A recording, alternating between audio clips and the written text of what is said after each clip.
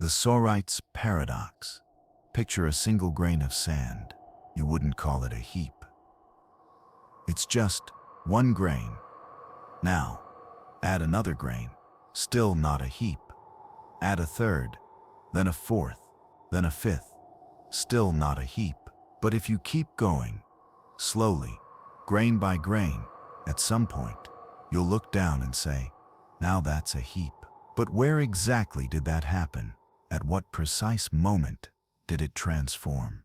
This is the Sorite's paradox, a quiet puzzle about vague concepts and slippery boundaries. It's also known as the paradox of the heap, and it dates back to ancient Greece. The word Sorites comes from the Greek word soros, meaning heap. The problem lies in how we reason. If one grain isn't a heap, and if adding just one grain never makes it a heap, then no number of grains should ever become one. But clearly, that's not how the world works. We do recognize heaps. We talk about baldness, tallness, wealth, poverty, adulthood, all vague terms with no exact cutoff point. So where do we draw the line? How many hairs make someone bald? How much money makes someone rich? How much love makes it real? The Sorite's paradox reveals the limits of our language. It shows how gradual changes can blur the borders between categories, and how our minds crave precision in a world that often refuses to give it. Some philosophers try to solve it by sharpening the line, defining exact numbers. Others say the very idea of precise boundaries is flawed, that our concepts are fuzzy and always have been. You lie still now, thinking about your own life. When did you become old? When did you fall in love? When did a friendship fade? There was no clear moment, no single grain that changed everything. And yet, it did change. That's the quiet lesson of the Sorite's paradox. Sometimes, change is slow, so slow you don't notice it until you do. And by then, everything is different, one grain at a time. The Gettier problem. For centuries, philosophers believed they had a solid definition of knowledge, justified, true. Belief. You believe something. You have a good reason for believing it, and it turns out to be true. That, they said, is knowledge. But in 1963, a quiet man named Edmund Gettier changed everything with just a few pages. He showed that even when all three conditions are met, you still might not know something. Here's one of his examples. Suppose you're waiting in a room. You look at the clock. It says 3 p.m. You believe it's 3 o'clock, and you're right. It is. But unknown to you, the clock is broken. It stopped at 3 o'clock hours ago. By chance, you looked at the exact time. It just happened to be correct. So, you had a belief. It was true. You had a reason to believe it. And yet, it feels wrong to say you knew it was 3 o'clock. That's a Gettier case. It exposes the cracks in what we thought knowledge was.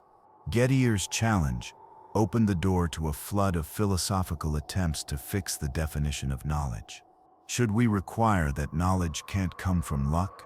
Should we demand reliability, not just justification?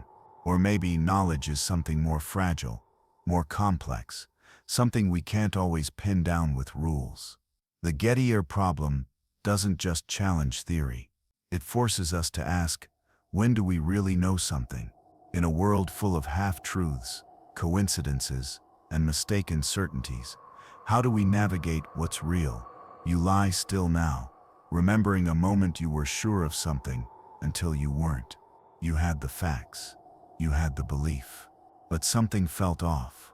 The Gettier problem reminds us that truth is not always enough, that justification can still mislead, and that real knowing might require a little more clarity, honesty, depth, maybe even wisdom.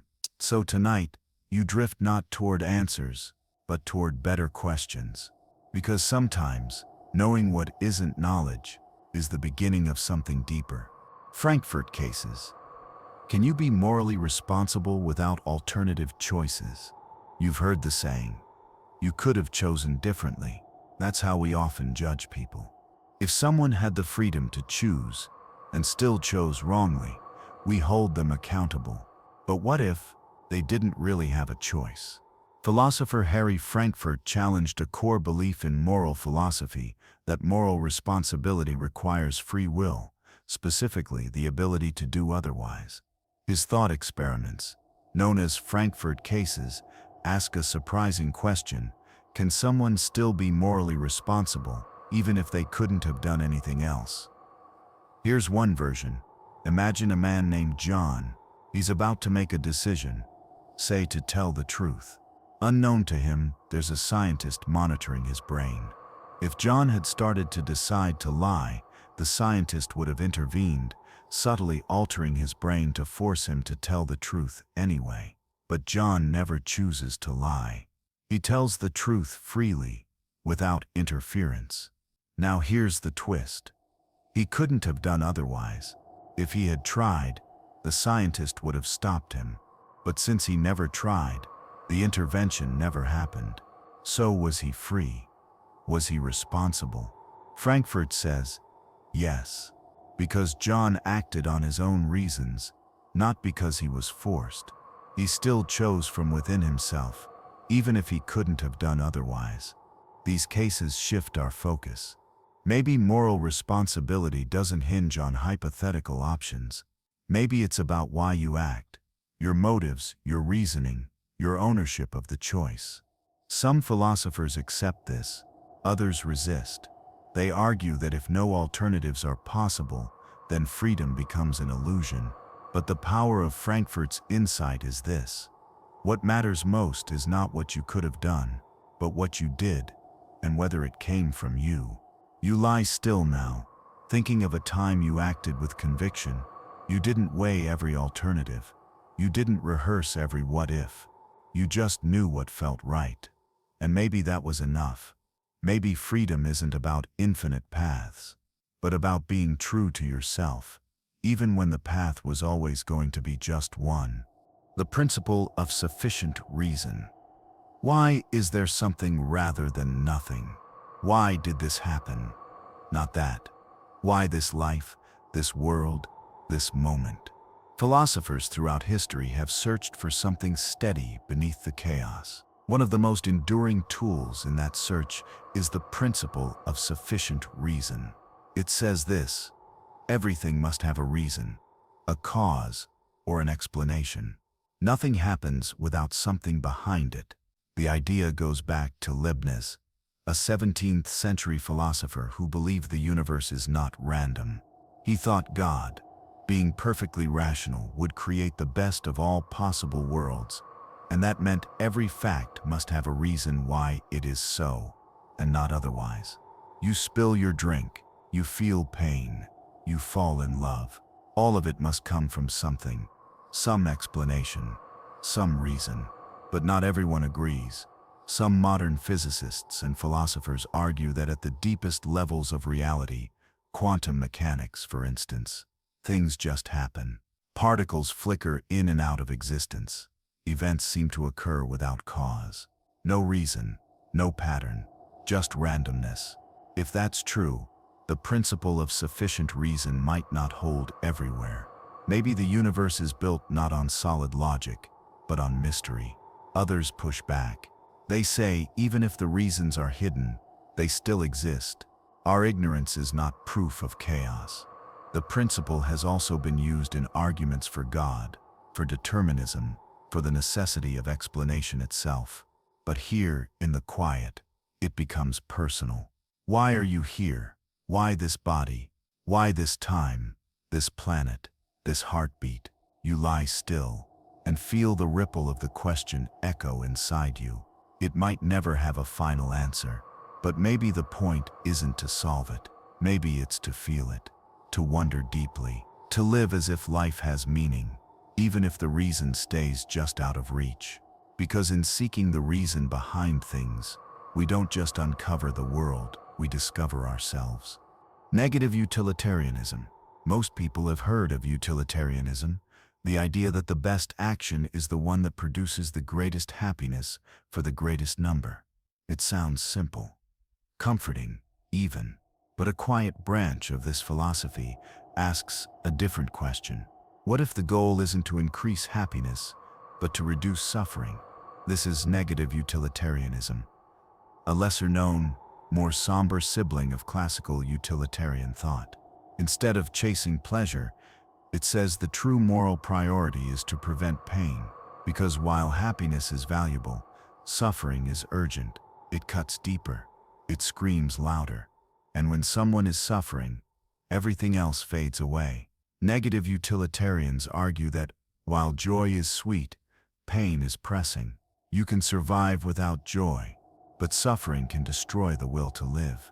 So in ethical decisions, our focus should shift, not toward maximizing delight, but toward alleviating harm. This might seem like a subtle shift, but it changes everything. Imagine two worlds. One is filled with mild pleasure and mild pain. The other is dull, but no one suffers. Which is better? A classical utilitarian might choose the one with more overall pleasure. A negative utilitarian would choose the one without suffering, because no one is hurting. But there are difficult implications.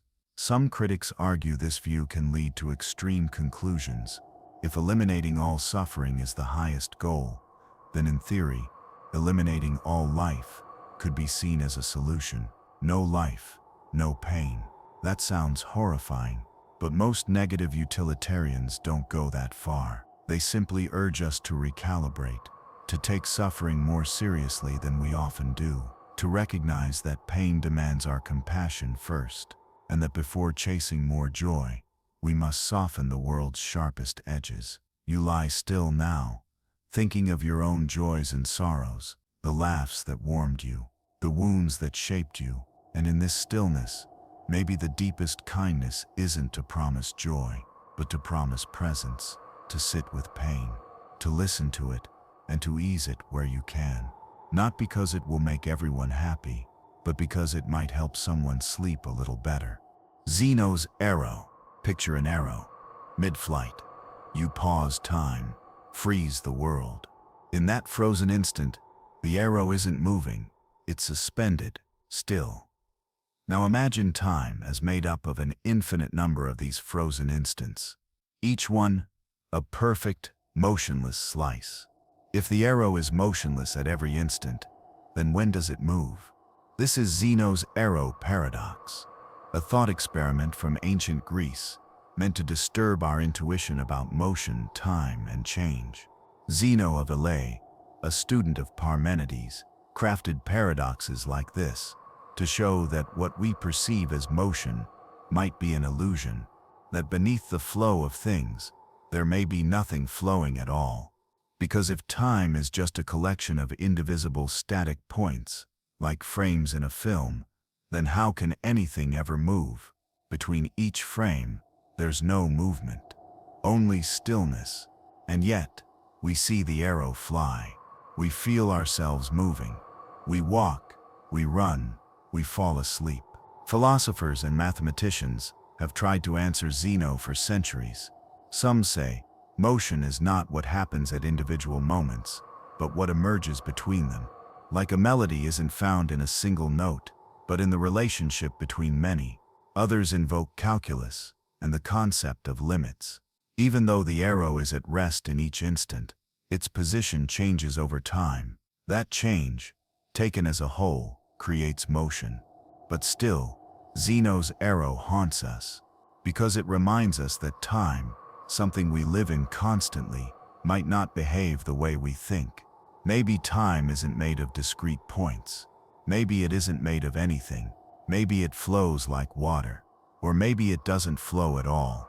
You lie still now, like the arrow in flight, frozen in this instant, not moving, not rushing, and yet, your breath continues, your heart beats, the world turns. Zeno's paradox doesn't stop the arrow, but it slows us down just long enough to notice. The beauty isn't just in the destination, it's in the quiet mystery of how we get there. Phenomenal consciousness. Close your eyes for a moment. Feel the weight of your body, the warmth of the blanket, the faint sound in the distance, the flicker of a memory. This inner world, this soft glow of experience, is what philosophers call phenomenal consciousness. It's not just that your brain is processing data or reacting to stimuli. It's that there is something it feels like to be you. This is what sets consciousness apart from machines, stones, and simple biological reflexes. It's what philosopher Thomas Nagel meant when he asked, "What is it like to be a bat?" You can imagine a bat's shape, its movements, even how it navigates with sound, but you cannot imagine what it feels like to be a bat, to experience the world through echolocation, to hang upside down, to sense motion through air. That inner feeling is something only the bat knows, and the same is true for you. Only you know what your pain feels like, what your childhood smelled like, what it's like right now, to be wrapped in your own awareness. This inner light of experience is sometimes called qualia, the raw, personal what it's like of perception. The taste of honey, the color red, the ache of longing. We can describe these things, measure them, analyze the brain states behind them. But no amount of science, no diagram of neurons, explains why or how those processes result in subjective experience. This is what philosopher David Chalmers called the hard problem of consciousness. Why doesn't the brain just process information in the dark? Why does it feel like anything? And more quietly, what does that mean for others? For animals? For machines? For the person sleeping beside you? You lie still now, nested inside your own experience. And you realize you're not watching your life from a distance. You're inside it, feeling it, living it. No one else can peer into this space. No mirror reflects it. No words fully capture it. And yet it's the most intimate thing you'll ever know. A glowing ember at the center of being. Phenomenal consciousness is not what you have. It's what you are. The ship of Theseus revisited. Imagine a great wooden ship, ancient, majestic, and beloved. It sails across the sea, year after year. But time wears it down. A plank rots, so it's replaced. Then another and another, until, slowly, every single part of the ship has been swapped out. Not one piece of the original remains. And yet, it's still called the ship of Theseus. But now imagine this, all the old pieces that were removed, every plank, nail, and mast are gathered and rebuilt elsewhere. Now there are two ships, one made entirely of new parts, one made of the old, which is the real ship of Theseus. This is the classic ship of Theseus paradox, a timeless thought experiment about identity and change. It asks, what makes something itself? Is it the material, the structure, the continuity? And what happens when those things start to shift? You might say, identity comes from continuity. The same ship, repaired over time, stays the same because its story is unbroken. But then again, the original materials now form a perfect replica. Maybe that's the true ship, or maybe neither is, or maybe both are. This ancient riddle extends far beyond boats. It touches you. Your body replaces most of its cells every few years. Your thoughts change. Your memories blur. Your personality evolves. And yet you still say, this is me. So what, exactly, stays the same? What anchors identity? Some say it's memory. Others say it's the body, or the soul, or a pattern of continuity that doesn't require sameness, just connection. The ship of Theseus doesn't offer easy answers. It gently erodes the boundaries between what was and what is. And in doing so, it opens up a truth. We are never entirely the same, and never entirely different. You lie still now, thinking about who you were 5 years ago, the things you loved, the things you feared, the person you thought you'd be. Much has changed, some has stayed, and in that quiet space between memory and motion, you are your own ship, still sailing, still becoming. The liar paradox. This sentence is false. At first glance, it sounds like a riddle, a quirky little loop, but the more you sit with it, the stranger it becomes. Because if the sentence is true, then what it says must hold, meaning it's false. But if it's false, then it isn't true that it's false. So, it must be true. Back and forth, it spins, caught in a loop with no escape. This is the liar paradox, one of the oldest and most puzzling problems in philosophy and logic. It dates back over 2,000 years to the Greek philosopher Epimenides, who reportedly said, "All Cretans are liars, despite being a Cretan himself. If he's telling the truth, then he's lying. And if he's lying, then he's telling the truth." It's not just wordplay. It reveals something unsettling about truth itself. The paradox challenges the foundation of logic, our rules for determining what's real, what's false, and what's neither. Can a sentence refer to itself? Can a system define its own boundaries without contradiction? Mathematician Kurt Gödel later showed that even formal systems, like arithmetic, contain truths that can't be proven within the system itself, a kind of mathematical echo of the liar paradox. Others, like philosopher Alfred Tarski, tried to resolve the paradox by separating language into levels. A sentence can't comment on its own truth without creating confusion. It must speak from another level. Still, the paradox lingers, not just in logic, but in life. Have you ever said, "I always lie," or "I don't know what I believe"? Have you ever felt trapped by your own thoughts, like you're both the observer and the observed? The liar paradox isn't just about sentences, it's about self-reference. The strange looping of consciousness, the way we talk about ourselves, judge ourselves, contradict ourselves.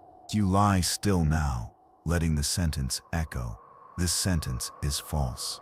You don't need to solve it. Just feel its rhythm, its quiet mystery, its invitation to sit with what cannot be untangled. Because not everything broken needs fixing. Some things are beautiful simply because they don't resolve. Pascal's wager. Suppose you're not sure whether God exists.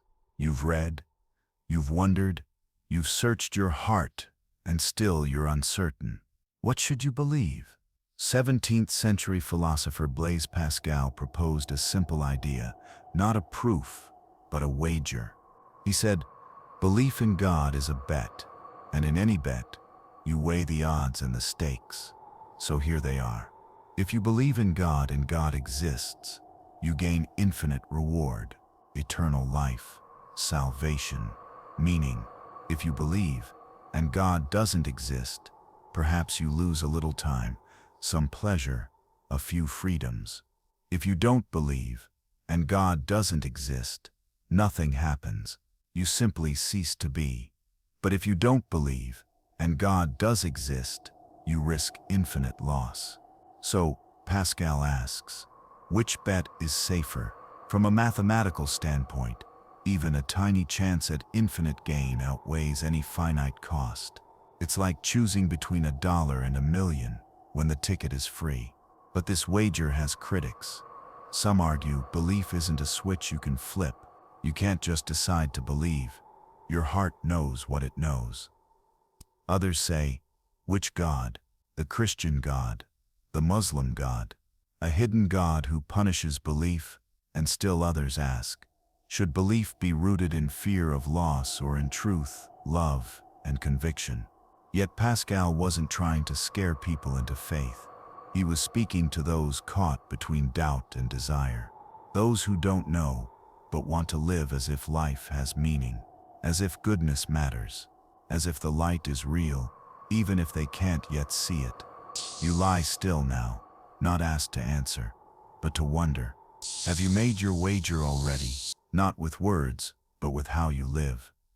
What you value, what you hope, what you risk, for what you love. Pascal's wager isn't really about religion. It's about how you stake your life, what kind of universe you assume, and what kind of person that assumption makes you become. Maybe belief isn't the end of the question. Maybe it's just the beginning of a life lived with open hands, just in case. The Euthyphro Dilemma. Long ago in the quiet shadows of ancient Athens, A man named Socrates stood outside a courthouse. He met a young man named Euthyphro, someone who claimed to know what piety was, what it meant to be righteous before the gods. And so Socrates, as always, asked a question, a simple one. Is something good because the gods love it, or do the gods love it because it is good? This is the heart of the Euthyphro dilemma, one of the oldest and deepest puzzles in philosophy of religion and ethics. Let's look at both sides. If something is good because God commands it, then goodness becomes arbitrary. God could say cruelty is good, and it would be simply because He said so. But that feels wrong. We want to believe that goodness has a deeper truth. So what about the second option? If God commands something because it is good, then goodness exists independently of God. That would mean God isn't the source of morality. He's merely recognizing it. But that seems to challenge the idea of God as the ultimate foundation of everything. So which is it? Over the centuries, theologians and philosophers have wrestled with this dilemma. Some say God's nature is goodness. It's not separate from Him, nor arbitrary. He doesn't invent morality, and He doesn't obey it. He is it. Others propose that moral truths exist eternally, like numbers, and God acts in perfect harmony with them. Still others believe we must let go of simple categories and embrace the mystery. But the Euthyphro dilemma stays with us, not just in theology, but in daily life. When you ask yourself what's right or wrong, do you follow rules or trust your intuition? Do you obey a voice or listen for something deeper? You lie still now, not to solve the dilemma, but to feel its shape, to realize that morality is not just a list or a law, but a living question, and asking it honestly may be closer to truth than any single answer. The anthropocentric bias. For most of human history, we've placed ourselves at the center of the story. In ancient cosmologies, the stars circled the earth in sacred texts. The world was created for us. Even now, when we gaze out into the cosmos or look down at the creatures we share the planet with, there's a quiet assumption whispering in the background: humans matter most. This assumption is called anthropocentrism, a worldview that places human beings at the core of value, importance, and perspective. And though it's tempting, comforting even, this idea is increasingly being challenged. Because when we step back, when we really step back, we start to see how small we are. We are one species, on one planet, orbiting one star, in one galaxy, among hundreds of billions, in a universe that may be infinite, and yet we treat our desires as the measure of all things. We test animals in labs, pave forests, poison oceans, and pollute skies, not always with malice, but with indifference, because we assume our story matters more than theirs. Philosophers and environmental ethicists have asked, is that assumption justified? Why should human interests always come first? Is a dolphin's joy less valuable than ours? Does a forest not have its own right to exist, even without an audience? Even in moral philosophy, we've often focused on human pain, human freedom, human justice. But new voices are rising, demanding we widen the circle to include non-human animals, ecosystems, the unborn, the unknown. Some even ask, what would ethics look like from a non-human perspective? The anthropocentric bias isn't evil, it's human. It helped us survive, build, and thrive. But now, it may be holding us back. Because the truth is, we are not the center, not cosmically, not biologically, not morally, and that realization doesn't diminish us. It deepens us. You lie still now, part of the world, not above it, not the master of nature, but a thread in its vast, unfolding tapestry. And in this stillness, humility becomes a kind of reverence, a quiet bow before a universe that does not revolve around you, but still, somehow, includes you. The fat man trolley problem. Imagine this. A runaway trolley is speeding down a track. Ahead, 5 people are tied to the rails. You're standing on a bridge above, watching it all unfold in an instant. Beside you stands a large man. If you push him off the bridge, his body will stop the trolley, saving the 5 lives below. But he will die. You don't know him. He did nothing wrong. Would you do it? This variation of the classic trolley problem is known as the fat man scenario, and it cuts to the heart of moral philosophy. It forces us to ask, does the end justify the means? If sacrificing 1 person can save 5, is it moral, or does actively causing harm, even for a good result, cross a moral line? In the original trolley problem, you pull a lever to divert the trolley, killing 1 to save 5. Many people are willing to do that, but pushing someone, that feels different. Why? Some say it's about action versus inaction. Pulling a lever feels indirect, but laying hands on someone, choosing their death, that feels personal. Others argue it's about intention. In the lever case, the death is a side effect. In the fat man case, the death is the tool. You're not saving 5 in spite of his death. You're saving 5 because of it. That distinction matters. Philosophers use this scenario to explore utilitarianism versus deontology. A utilitarian might say, push him. Save 5. A deontologist might say, never use someone as a means to an end, even if the result is better. And what do you say? You lie still now, visualizing the bridge, the trolley, the silence before a decision. No sirens, no screaming, just the weight of a choice that reveals who you are when no one else is watching. The fat man problem isn't about what you'd actually do. It's about what kind of moral world you believe in. One where outcomes matter most, or one where rules can't be broken. And maybe, just maybe, there's no perfect answer. Only questions worth losing sleep over. The Dunning-Kruger effect. You've probably met someone who was confident, maybe even a little too confident. They spoke with certainty, dismissed other opinions, and seemed absolutely sure they were right. But as you listened, something didn't quite add up. They weren't just mistaken. They were unaware of just how mistaken they were. This is the essence of the Dunning-Kruger effect, a psychological phenomenon where people with low ability in a domain tend to overestimate their competence. In 1999, psychologists David Dunning and Justin Kruger conducted a series of experiments. What they found was surprising. Those who scored lowest on logic, grammar, and humor tests consistently rated their own performance as above average. It wasn't arrogance. It was ignorance of their own ignorance.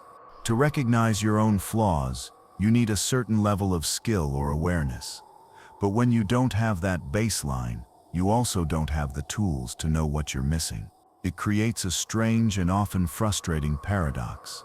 The less someone knows, the more likely they are to think they know a lot. Meanwhile, those with true knowledge often hesitate. They second guess. They see complexity, uncertainty, nuance.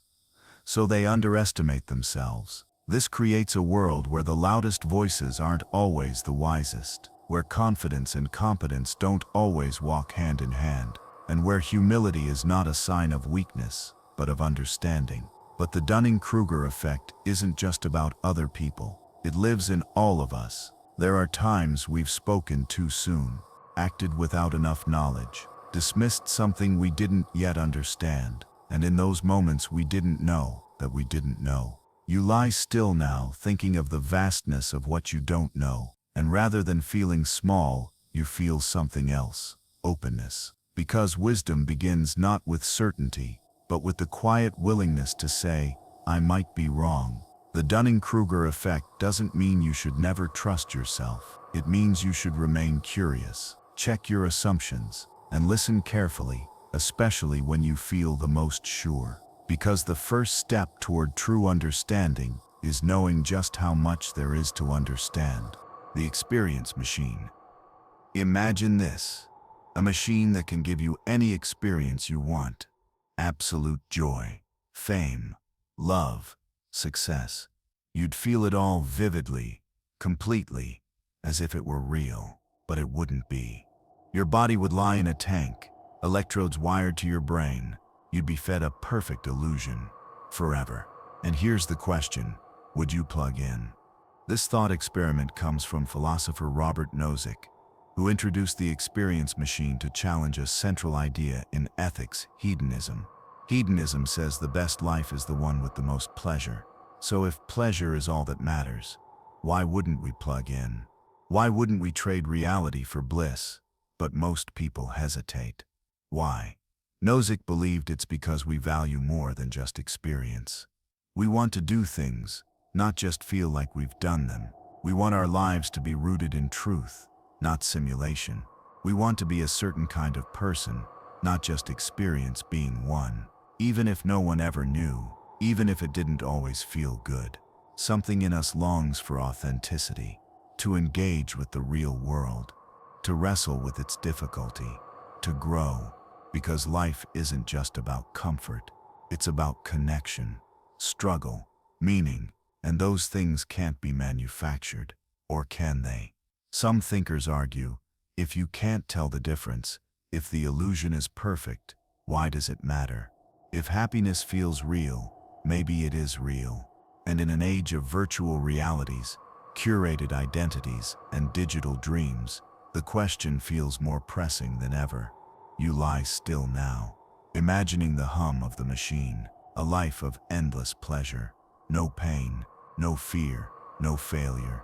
Would you choose it, or would you stay awake?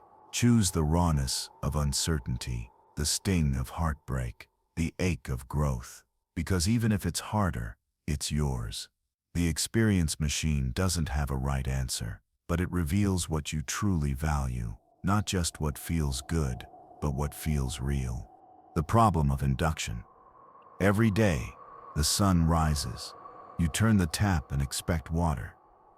You breathe in and trust there will be air. These expectations are based on induction, the reasoning that the future will resemble the past. It's the foundation of science, of learning, of daily life. But what if it has no foundation at all? This is the problem of induction, most famously raised by the philosopher David Hume in the 18th century. He asked, why do we assume that patterns we've seen will continue? We say, the sun has risen every day, so it will rise tomorrow. But that's not proof. That's just a habit. There's no logical guarantee that the future will behave like the past. Just because bread has always nourished you doesn't mean it won't poison you tomorrow. Just because gravity held today doesn't mean it must hold again. Of course, we don't live this way. We trust, we plan, we rely on the regularity of nature. Science itself is built on induction, test, repeat, predict. But Hume's challenge remains. How do we justify this trust? Some have tried to respond. They say induction works because it has worked before, but that's circular. It uses induction to justify itself. Others accept the risk, saying, we don't need certainty, just probability. But the shadow remains. What if the rules change? What if our models are only locally true? What if the cosmos is not a machine, but a rhythm that shifts?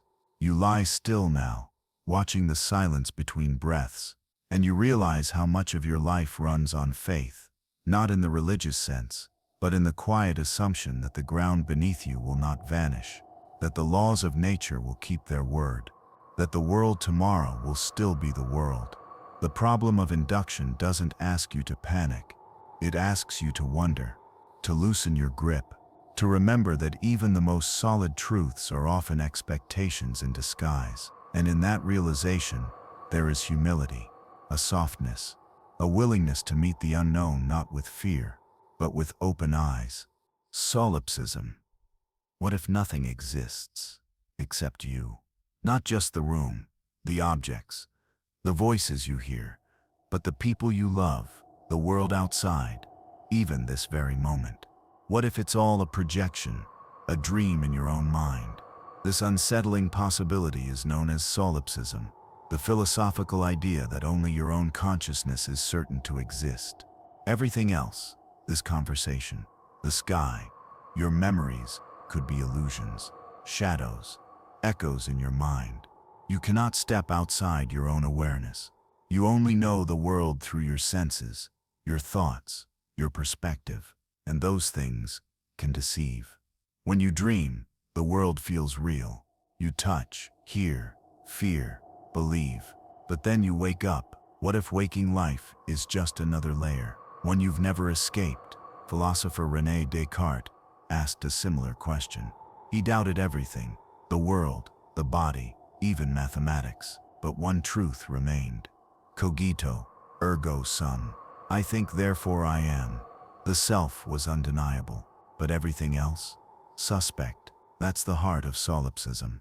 A truth so small it fits inside a single mind, and yet so large it consumes the universe. Some dismiss solipsism as impractical. We must live as if others exist. We act, love, suffer, and build in a shared world. But others take it seriously. If all we know is filtered through perception, what grounds reality? How do you know your memories aren't invented? That others aren't simulations? That anything outside your awareness even continues when you look away? There are no certain answers. Only the haunting thought that you might be utterly alone, and yet you lie still now, not in fear, but in awe. Because even if the world is illusion, it's a beautiful one. Even if the voices are echoes, they bring comfort. And even if no one else is truly there, you are present, aware, experiencing. And in this strange dream, full of color and shadow and silence, maybe meaning isn't in proving what's real, but in choosing to love it anyway. Solipsism doesn't have to be despair. It can be a quiet invitation to cherish this dream as if it matters. Because to you it does, and maybe that's enough. Moral luck. Two people make the same decision. They drink too much, drive home, and lose control of the car. One crashes into a tree. No one is hurt. The other hits a pedestrian, who dies. Same choice, same recklessness. But one walks away with regret, the other with a manslaughter charge. This is the unsettling idea of moral luck, that the morality of our actions often depends on things beyond our control. Philosopher Thomas Nagel explored this tension.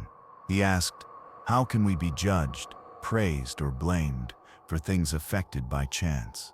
If you do everything right, but succeed only because of good luck, do you deserve full credit? If your good intentions fail due to forces you couldn't foresee, should you be blamed? We often think morality is about intention. What matters is what you meant to do, what you chose freely. But real life complicates that. Sometimes luck magnifies your virtue. Other times it turns your smallest mistake into tragedy. Nagel called this a paradox. We believe we are morally responsible for our actions, but also recognize how deeply outcomes depend on luck, who we are, where we were born, what obstacles we face, what accidents cross our path. Even our character, our courage, our patience, our habits are shaped by experiences we didn't choose. So how much credit do we deserve? How much blame? It's a humbling thought, because if luck touches everything, then judgment becomes fragile. Maybe you weren't better, just luckier. Maybe they weren't worse, just less fortunate. You lie still now, thinking of your life, the close calls, the turns that went your way, the ones that didn't. How much was you? How much was the world? And in that stillness, there's compassion, not just for others, but for yourself. Because the truth is, we are not the authors of everything we do. Sometimes we are just passengers in the storm, steering when we can. Moral luck reminds us that justice must be gentle, that praise should be tempered with humility, and blame softened by grace. The veil of ignorance. Imagine you are about to be born into the world. But there's a catch. You don't know who you'll be. You don't know your gender, your race, your country, class, religion, health, or intelligence. You could be anyone, and from behind this veil of ignorance, you're asked to design the rules of society. What kind of world would you build? This is the thought experiment proposed by philosopher John Rawls, a way to imagine true fairness. The idea is simple. If you don't know your position in society, you won't be biased by self-interest. You'll want a system that's just for everyone, because you could end up anywhere.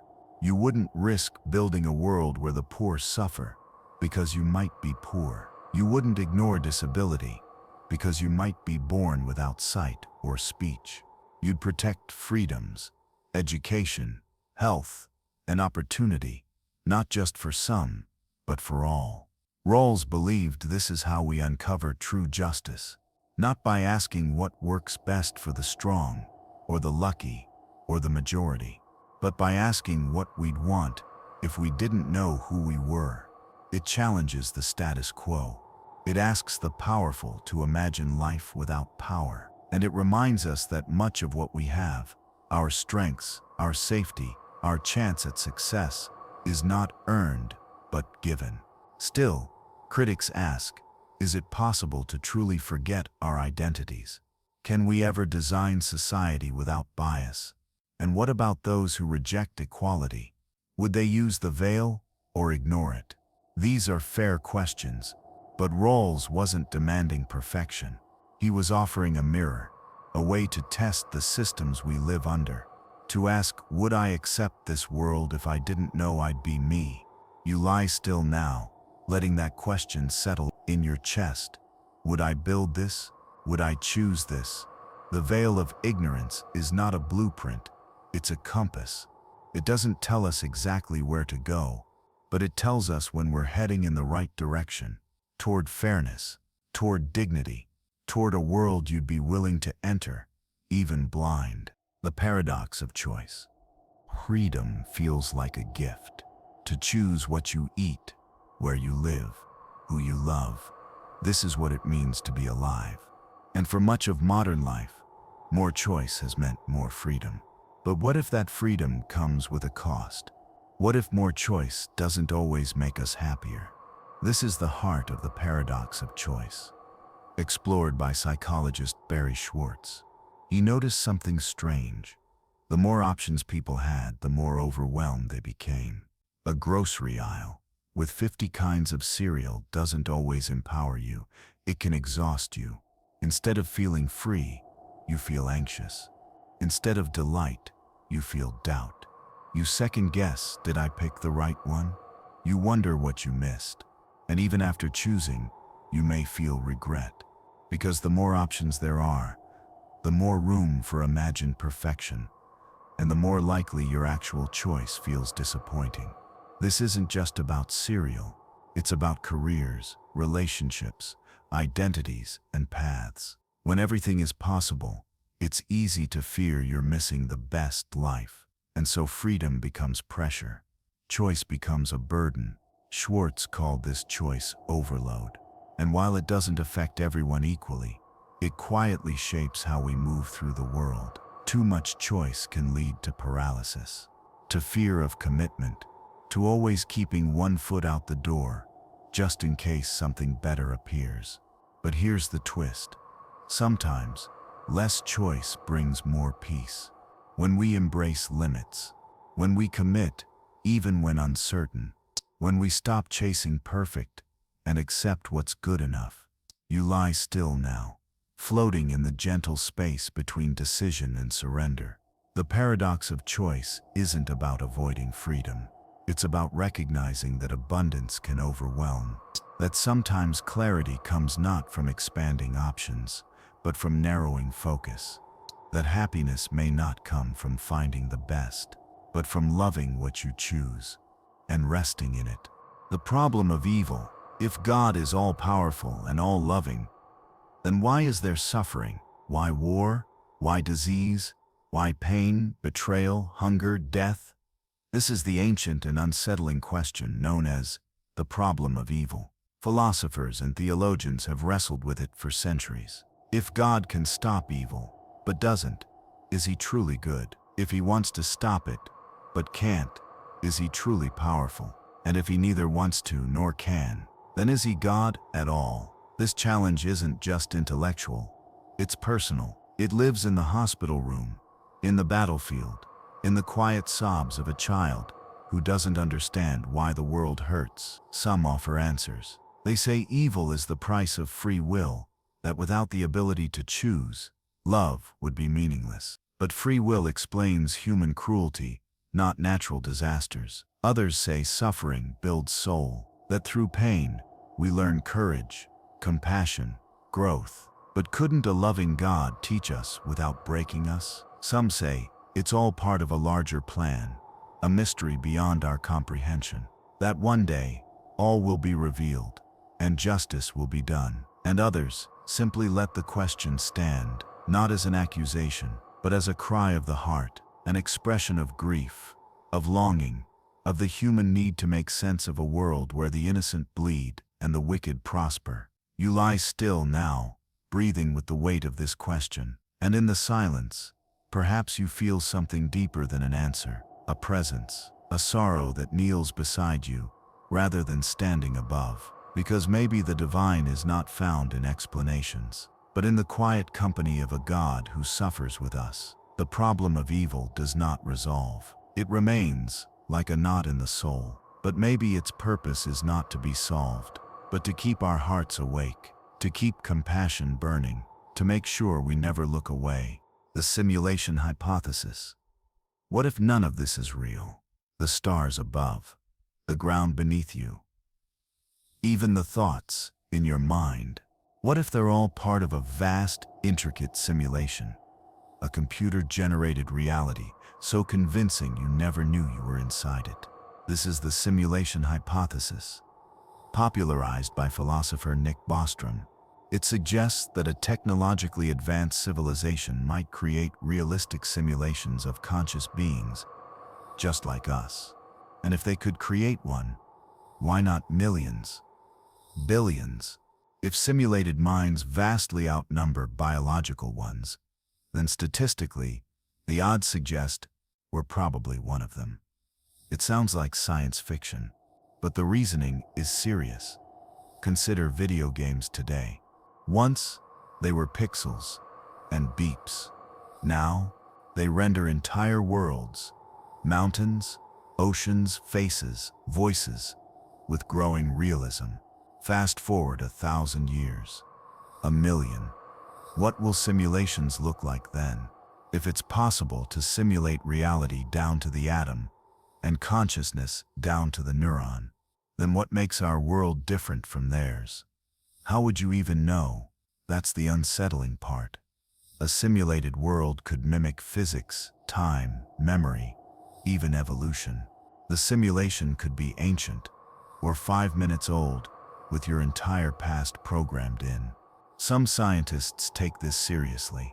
They search for anomalies, strange constants, mathematical seams, digital fingerprints in the laws of nature. But even if we found none, would that disprove it? Or just prove the simulation is that good? You lie still now, wondering what it would mean if it were true.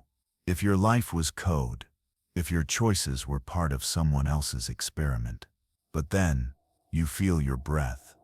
You remember a moment of laughter, a tear that surprised you, a sunset that made you pause. Real or simulated, the experience was yours. And maybe that's enough. The simulation hypothesis doesn't strip meaning from life. It adds layers. It asks not just, is this real? But what matters, even if it isn't? You may never know who or what is watching, but you're here. And whether this world is crafted by stars or by circuits, your awareness still shines through it, like a signal, like a spark, like a question waiting to be asked. Eternal return. Imagine this: every moment you've ever lived, every joy, every heartbreak, every small decision will be lived again and again, forever. Not once more, not 10 times, but for all eternity, exactly the same. This is the idea of eternal return, most famously explored by philosopher Friedrich Nietzsche. He asks, If a demon whispered to you, "This life you are living, you will live once more, countless times, in precisely the same way," would you rejoice or collapse in despair? It's not about reincarnation. It's about repetition, an infinite loop where nothing ever changes. The same sunrise, the same mistake, the same quiet breath you're taking now. At first, it sounds horrifying. What about your regrets, your failures, your worst days? But Nietzsche didn't pose this as a curse. He offered it as a test. If you knew you'd live this exact life again, would you live it differently? Would you speak more kindly? Would you love more deeply? Would you waste less time? Or would you run, deny, distract yourself until the cycle restarts? Eternal return is not a belief about the universe. It's a challenge to your soul. To ask, do you embrace your life? All of it, not just the highlights, but the grief, the boredom, the mundane repetitions. Can you say yes to it all? Because in that yes, there is freedom, a radical affirmation of your existence, a declaration that this life, just as it is enough. You lie still now, imagining the wheel of time turning without end. And strangely, it brings peace. Because if you would choose this again, then you are living well. If not, then you know what to change. Eternal return doesn't demand perfection. It demands presence. It asks you to live each moment as if it matters, because it does, even once, even forever. The ship of Theseus. Imagine a wooden ship, ancient, beautiful. Over time, its planks begin to rot, one by one. Each piece is replaced. The sails, the mast, the hull. Eventually, not a single original part remains. Is it still the same ship? Now imagine someone gathers all the discarded pieces and rebuilds them elsewhere. Which one is the real ship of Theseus? This ancient puzzle isn't really about boats. It's about identity. What it means for something to remain itself while slowly changing. The thought experiment forces you to ask, what makes something the same? Is it the matter, the parts it's made of? Is it the form, the shape it takes? Or is it the continuity, the story we tell as it evolves? This question echoes beyond philosophy classrooms. It lives in your body because your cells die and regenerate constantly. Your blood, your bones, your skin. Most of it isn't the same as a decade ago, and yet you are still you, or are you? What if your memories shifted, your personality changed? Would there still be a you beneath it all? Are you the same person you were as a child, or are you a new ship with an old name? The ship of Theseus touches science, identity, even law. When does a repaired object stop being what it was? If you upgrade every part of a car, is it still that car? If a person undergoes brain surgery, memory loss, or transformation, are they still the same person in the eyes of morality? Some say identity lies in function. If the ship still sails, it's the same. Others say it lies in memory, the thread that holds the past together. And some admit, maybe there is no clear answer. Maybe identity isn't fixed. Maybe it's a gentle story we whisper to ourselves as the waves of change carry us forward. You lie still now, your own body quietly remaking itself in the dark, and you wonder what parts of me have changed. Which ones have stayed, and does it matter? Maybe the point isn't to define what stays the same. Maybe the point is to accept that everything drifts, and yet something still holds. Not the ship, but the voyage. Pascal's wager.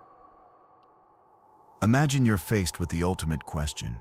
Does God exist? There's no proof, no certainty, just silence and your own fragile mind. Now imagine this isn't a question of belief, but of risk. This is the essence of Pascal's wager, proposed by 17th century philosopher Blaise Pascal. He didn't try to prove God. He simply asked, what's the smartest bet you can make? If God does exist, and you believe, you gain eternal joy. If he does exist, and you don't believe, you risk eternal loss. But if God doesn't exist, then whether you believed or not, you lose nothing, or very little. So Pascal argued, it's safer, more rational to believe, because if the stakes are infinite, even the tiniest chance is worth it. It's not about faith, it's about odds. A gamble, a calculation, a cosmic coin toss. But is that really belief? Can you choose to believe just because it's useful? And wouldn't an all-knowing God know the difference between true faith and fear-driven hedging? Critics have pointed this out. Some argue there are many gods, not just one, and betting on the wrong one may carry its own risks. Others say that belief isn't a switch you can flip, that honesty matters more than insurance. But still, the wager lingers, because it shifts the question away from metaphysics and toward living. It asks, what kind of life do you live if you believe the universe has meaning? What kind of person do you become if you act as if goodness matters? What habits do you build if you live as though someone is watching, not to punish, but to understand? Maybe Pascal's wager isn't about winning a divine lottery. Maybe it's about giving your life a shape, a direction, a humility. You lie still now, not choosing, not wagering, but wondering. And in the wondering, something soft emerges, a whisper, not certainty, not fear, but hope. Because even without proof, there is meaning in the reaching, there is beauty in the bet, and perhaps, in the end, the wager isn't whether God exists, but whether you are willing to live as if love is real. The problem of induction. Every morning the sun rises. Every time you drop something, it falls.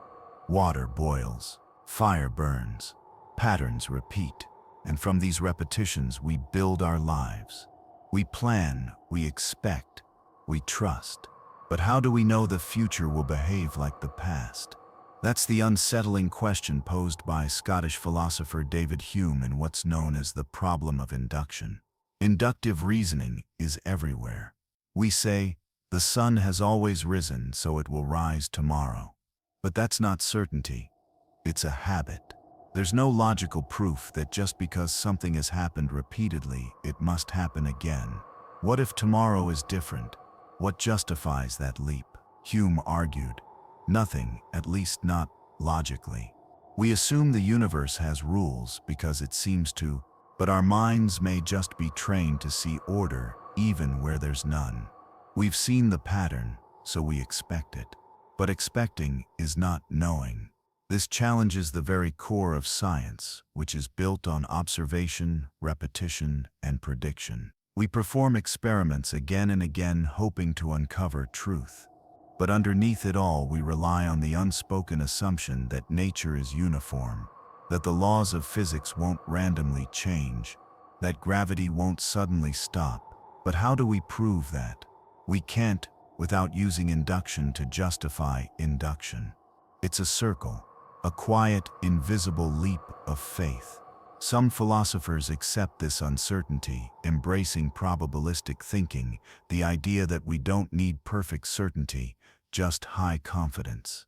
Others, like Karl Popper, shifted science toward falsifiability, asking not whether a theory is true, but whether it can be tested and potentially disproven. Still, the problem lingers. You lie still now, reflecting on how much of your world, your safety, your plans, your peace is built on patterns repeating. And yet, those patterns could break. The future could surprise you. And that's not only frightening, it's beautiful. Because uncertainty means possibility. The problem of induction doesn't demand panic. It invites humility. A quiet awareness that even our deepest knowledge rests on sand. And in that awareness, perhaps we become softer, more curious, more alive to the strangeness of a world we cannot truly predict. The Gettier problem. For thousands of years, philosophers believed they had a working formula for knowledge. To truly know something, it had to be a justified, true belief. You had to believe it. It had to be true, and you had to have good reasons for believing it. Simple, right? But in 1963, A Quiet Paper by Edmund Gettier shook the foundation of that idea. In just 2 pages, he showed that having a justified true belief doesn't always mean you truly know. Here's why. Imagine this. You look at a clock. It says 3 o'clock. You believe it's 3 o'clock. So your belief is true and justified. But unknown to you, the clock stopped 12 hours ago. It just happens to show the right time by coincidence. You were right, but not for the right reason. This is a Gettier case, when your belief is both true and justified, but accidentally. Another example. Suppose you see your coworker's jacket on their chair and believe they're in the office. You're justified. You've seen them wear it every day. And yes, they are in the building. But the jacket, someone else borrowed it. Your belief was true, but your justification was faulty. So, did you really know, or were you just lucky? The Gettier problem exposed a hole in our understanding of knowledge. Justified true belief might not be enough. And once that crack appeared, the floodgates opened. Philosophers scrambled to patch it, adding new conditions like no false assumptions, reliable methods, or truth tracking. But each fix brought new problems, because Gettier showed us something uncomfortable. Knowing is more fragile than we thought. It's not just about being right, it's about why you're right. And sometimes, we don't even know what we don't know. You lie still now, feeling the ground shift a little beneath your mind. How many of your beliefs are true, but only by accident? How much of what you know is just a well-timed coincidence? The Gettier problem doesn't destroy knowledge, but it humbles it. It reminds us that certainty is slippery, that truth needs more than luck, and that real knowing may be rarer and more precious than we ever imagined. Moral luck. You're driving carefully, following every rule, focused, sober. Then out of nowhere, a child runs into the street. You try to stop, but it's too late. Now imagine a nearly identical driver on a nearly identical day. Same speed, same attention, same care, but no child runs out. One life ends, the other doesn't. One driver is blamed, the other goes home, shaken but unharmed. But were they truly different? This is the problem of moral luck, coined by philosopher Thomas Nagel. It asks, can we be morally judged for things outside our control? We like to think responsibility comes from intention, that people deserve praise or blame based on what they meant to do. But life isn't that clean. Accidents happen. Outcomes change because of timing, chance, or context. And suddenly, 2 people with the same motives and actions are seen very differently. One is guilty, the other is innocent. Is that fair? There are many kinds of moral luck. Resultant luck, being judged based on the outcome, even if your actions were the same. Circumstantial luck, doing the right thing, but only because you were never tested. Constitutive luck, having the temperament or upbringing that makes moral choices easier or harder for you. Think of the soldier who's never called to war, or the person who never had to choose between loyalty and justice. Are they virtuous, or just lucky? Moral luck reveals a tension. We want to hold people accountable, but we also know how much of life is beyond their control. And once we see that, blame becomes complicated. You lie still now, remembering moments where a second's difference changed everything, where luck, not choice, decided the story. Moral luck doesn't mean there's no right or wrong, but it reminds us to be gentle, to judge with humility, to see how easily we could become the person we condemn. Because in the end, none of us are fully the authors of our fate. We walk through life on threads we didn't weave, and yet, somehow we still try to do what's right, even knowing the world might twist that effort into something else. Panpsychism. Close your eyes. Listen to the quiet hum of the world around you. The trees swaying, the rain tapping, the stone resting in the dirt. Now ask yourself, could all of this be aware? Not in the way you are, not thinking, not speaking, but in some subtle, ancient form, feeling, somehow. This is the idea of panpsychism.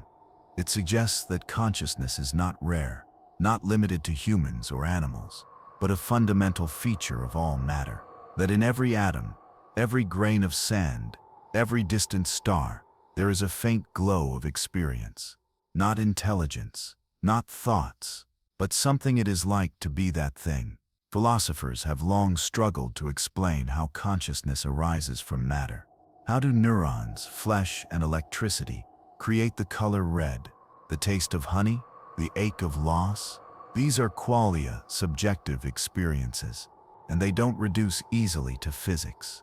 So some thinkers, like Galen Strawson and Philip Goff, have revived an old idea. Maybe consciousness didn't emerge. Maybe it was always there, woven into the very structure of reality. In this view, even a rock might have some kind of internal spark, not a soul, not a mind, but a faint echo of awareness, too small for us to see. To many, this sounds absurd. How can a chair be conscious? But panpsychism isn't saying objects think. It's saying the building blocks of reality contain experience. And when enough of them come together, like in a human brain, they form the rich consciousness we know. It's not that everything is a mind. It's that everything might have a mind-like aspect. You lie still now, feeling the bed beneath you, the air on your skin. You imagine a world not dead, not mechanical, but alive in some mysterious way. Not magical, just quietly aware. And in that vision, the line between self and world begins to soften. Maybe you are not a lone island of consciousness, but a crest in an endless ocean of mind. Panpsychism doesn't solve the mystery of consciousness, but it offers a gentler picture, a world where everything feels, and where you are never truly alone. The veil of ignorance. Close your eyes. Imagine you're standing before the blueprint of a new society. You get to decide everything: laws, rights, wealth, education, justice. You hold the pen. But there's one catch. Before you're born into this world, you won't know who you'll be. You could be anyone, rich or poor, healthy or sick, privileged or forgotten. You won't know your gender, your race, your family, or even your abilities. Now ask yourself, what kind of world would you build? This is the thought experiment known as the veil of ignorance, introduced by philosopher John Rawls. It asks you to design a fair society from behind a veil, one that hides your future identity. Why? Because if you don't know where you'll end up, you'll be less likely to favor the powerful, the wealthy, or the lucky. You'll protect the weak. You'll guard against suffering. You'll build a world you'd feel safe entering, no matter who you turn out to be. Rawls believed this was the foundation of justice, fairness, chosen without bias. Behind the veil, selfishness fades. You're not building for yourself, you're building for everyone. And in that uncertainty, something beautiful emerges. Empathy. The veil doesn't just ask what is efficient, it asks what is right. Would you choose a system where 1% thrive while others struggle, knowing you might be in the struggling group? Or would you create safety nets, access to education and healthcare, not as charity, but as insurance? Not pity, but fairness. Some criticize Rawls, saying real people don't think this way, that society is more complex than any ideal theory. But that's not the point. The veil of ignorance isn't a formula, it's a mirror. It reflects your deepest values. When all bias is stripped away, you lie still now, picturing yourself behind that veil. You imagine being born anywhere, as anyone. And in that moment, your heart softens. Because justice is no longer abstract, it's personal. You build not the perfect world, but the kind one. Because you realize that the fairest rules are the ones you'd still accept, even if you lost the lottery of life. The paradox of omnipotence. Imagine a being that is all-powerful, limitless, boundless, beyond comprehension. Now ask the question, can this being create a rock so heavy that it cannot lift it? If it can't, then there's something it cannot do. If it can, then it creates a limit it cannot overcome. Either way, its power seems compromised. This is the paradox of omnipotence. It sounds like a riddle, a linguistic trick, but underneath, it holds a serious challenge to the idea of unlimited power. Can true omnipotence include the ability to defeat itself? If so, does that mean the being can stop being omnipotent? Or is that just nonsense? Like asking if a square can be a circle. Some philosophers argue the paradox misunderstands the nature of power. That omnipotence means the ability to do all things that are logically possible. Not absurdities, not contradictions. A rock too heavy to lift is like a married bachelor, a sentence without meaning. Others push further. They ask, even if it's illogical, shouldn't an all-powerful being be above logic? Shouldn't it be able to do the impossible? And if not, is logic itself a kind of higher power? A law even God cannot break. This paradox reaches into theology too. If God is all-powerful, is he bound by his own nature? Can he choose to do evil? Can he make mistakes? Or does power, by definition, come with limits of character? The omnipotence paradox doesn't just explore divine mystery. It invites you to examine the idea of control itself. Does absolute power make something greater? Or does true greatness lie in choosing not to exercise every ability? You lie still now, turning the question over in your mind like a stone in your hand. Not to trap God, not to break logic, but to wonder what it really means to be infinite. Maybe true omnipotence isn't the power to do anything. Maybe it's the wisdom to know which things should not be done. Maybe the most powerful being is not the one who lifts every rock, but the one who chooses, in silence, not to build it at all. The Dunning-Kruger effect. You've probably seen it before.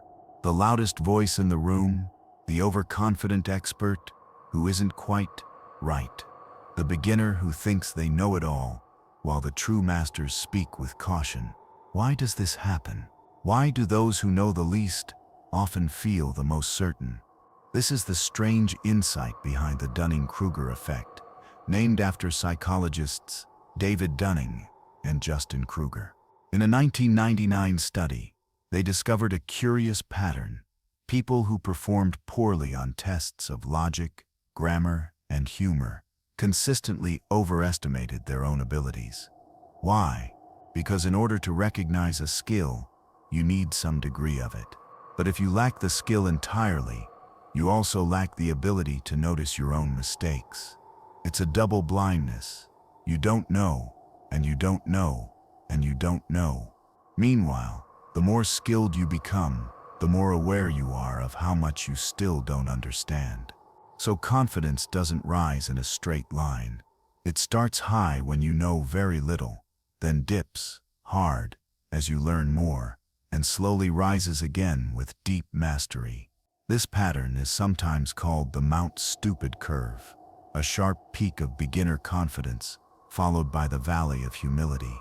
It doesn't mean beginners are foolish. It means we're all vulnerable to illusion when we're just starting out. And it doesn't mean experts are always right, just more cautious. The Dunning-Kruger effect reminds us to stay humble, to be slow to judge, to realize that confidence isn't always a sign of truth, and to ask, where in my life might I be standing on Mount Stupid and not even know it? You lie still now, wondering not just what you know, but how you know it, and how quickly you assume. There is wisdom in saying, I don't know. There is power in uncertainty. And the deeper you go into any subject, philosophy, art, love, the more you learn to kneel before its complexity, not with fear, but with awe. Because intelligence isn't loud, it's quiet, and often, the most knowing minds are the ones still learning. The argument from evil. The world is full of beauty, sunrises, laughter, the warmth of a mother's touch, but it is also full of pain, famine, war, disease, loss. And so we ask, if there is a God, good, loving, and all-powerful, why does evil exist? This is the argument from evil. one of the oldest and most powerful challenges to theism. It begins with a simple contradiction. If God is all-powerful, he could prevent evil. If God is all good, he would want to prevent evil. Yet evil exists. So, does that mean such a God cannot exist? Some philosophers say yes, that the presence of immense suffering, especially in the innocent, is incompatible with a loving, omnipotent creator. Think of a child dying from cancer, a community destroyed by an earthquake. Where is the justice? Where is the mercy? Believers have offered many responses. Some argue that free will explains moral evil, that God gave humans the power to choose, and with that comes the risk of harm. Others invoke soul-making, that suffering helps us grow, deepen and develop virtues like courage and compassion. Still others say, evil is a mystery, one we cannot fully grasp from our limited view, that we are like threads in a vast tapestry, unable to see the pattern from beneath. But the problem persists. Why so much suffering? Why such randomness? Couldn't an all-powerful God allow freedom without the horrors, or teach us growth without the grief? The argument from evil doesn't deny that good exists. It simply asks whether the cost of evil is too high, and if belief in a perfect God can survive that cost. You lie still now, holding this question like a weight in your chest, not to accuse, not to reject, but to sit with it, to feel the ache of a broken world and the longing for justice that never comes. The argument from evil is not just about theology. It's about hope in the face of cruelty, about whether the light is strong enough to hold back the dark, and whether in the deepest places of suffering, there can still be something sacred, even if we don't understand it, even if we never do. The simulation hypothesis. What if none of this is real? Not the sky, not the ground beneath you, not even your thoughts. What if everything you experience, your body, your memories, your world, is part of an elaborate illusion, not magic, not a dream, but a simulation? This is the simulation hypothesis. The idea that our entire universe could be an artificial environment, created by an advanced intelligence. It sounds like science fiction, but serious thinkers, like philosopher Nick Bostrom, have argued it's not just possible, it might be probable. Here's why. Imagine a civilization far more advanced than ours, with immense computing power. They could create simulations of entire worlds, complete with conscious beings who believe they're real. If such simulations are possible, and if advanced civilizations are interested in running them, then statistically, there could be millions of simulated worlds, and only one real one. So if you're in one of those worlds, what are the odds you're in the real one? It's unsettling. You look at your hands, you breathe, you remember your past. But if this is code, if atoms are data, and time is a program, then what does that say about you? Are you a person, or a process? Some find comfort in this idea. If reality is a simulation, maybe death isn't the end. Maybe the rules can be rewritten. Maybe there's a designer watching, guiding, or even learning from you. Others find it terrifying. If you're just data, where is your freedom? Where is your meaning? But maybe meaning isn't erased. Maybe it's created from within, not imposed from outside. After all, even in a game, you can still feel joy. You can still love. You can still choose. You lie still now, the idea circling softly in your mind. What if this is all a simulation? Would it change how you live? Would it make your kindness less real, or your suffering less deep? Or would it only remind you that awareness, wherever it arises, is still sacred? That you, even if rendered in lines of code, are still wondering, still reaching, still alive? The experience machine. Imagine a machine. You step inside, close your eyes and instantly feel it. Perfect happiness. You can live out any life you want. Endless pleasure, infinite success, deep, fulfilling love. And it all feels real, but it isn't. It's a simulation. Your body lies in a tank, while your brain is fed a stream of perfect, pleasurable experiences forever. Would you plug in? This is the thought experiment known as the experience machine, proposed by philosopher Robert Nozick, and it asks a deceptively simple question: is pleasure all that matters? If yes, the answer should be easy. Of course you'd plug in. Why suffer? Why struggle? But something in you hesitates. Because while the machine offers joy, it strips away something else. Truth. You wouldn't actually be loving, learning, or achieving. You'd just feel as if you were. Nozick argued that this shows something deeper, that humans want more than happiness. We want reality. We want to be a certain kind of person, not just experience the illusion of it. And we want our actions to matter, not just feel like they do. If you knew your joy was fake, would it still comfort you? If your triumphs were programmed, would they still fulfill you? The experience machine invites us to question hedonism, the idea that pleasure is the highest good, because pleasure without reality might not satisfy.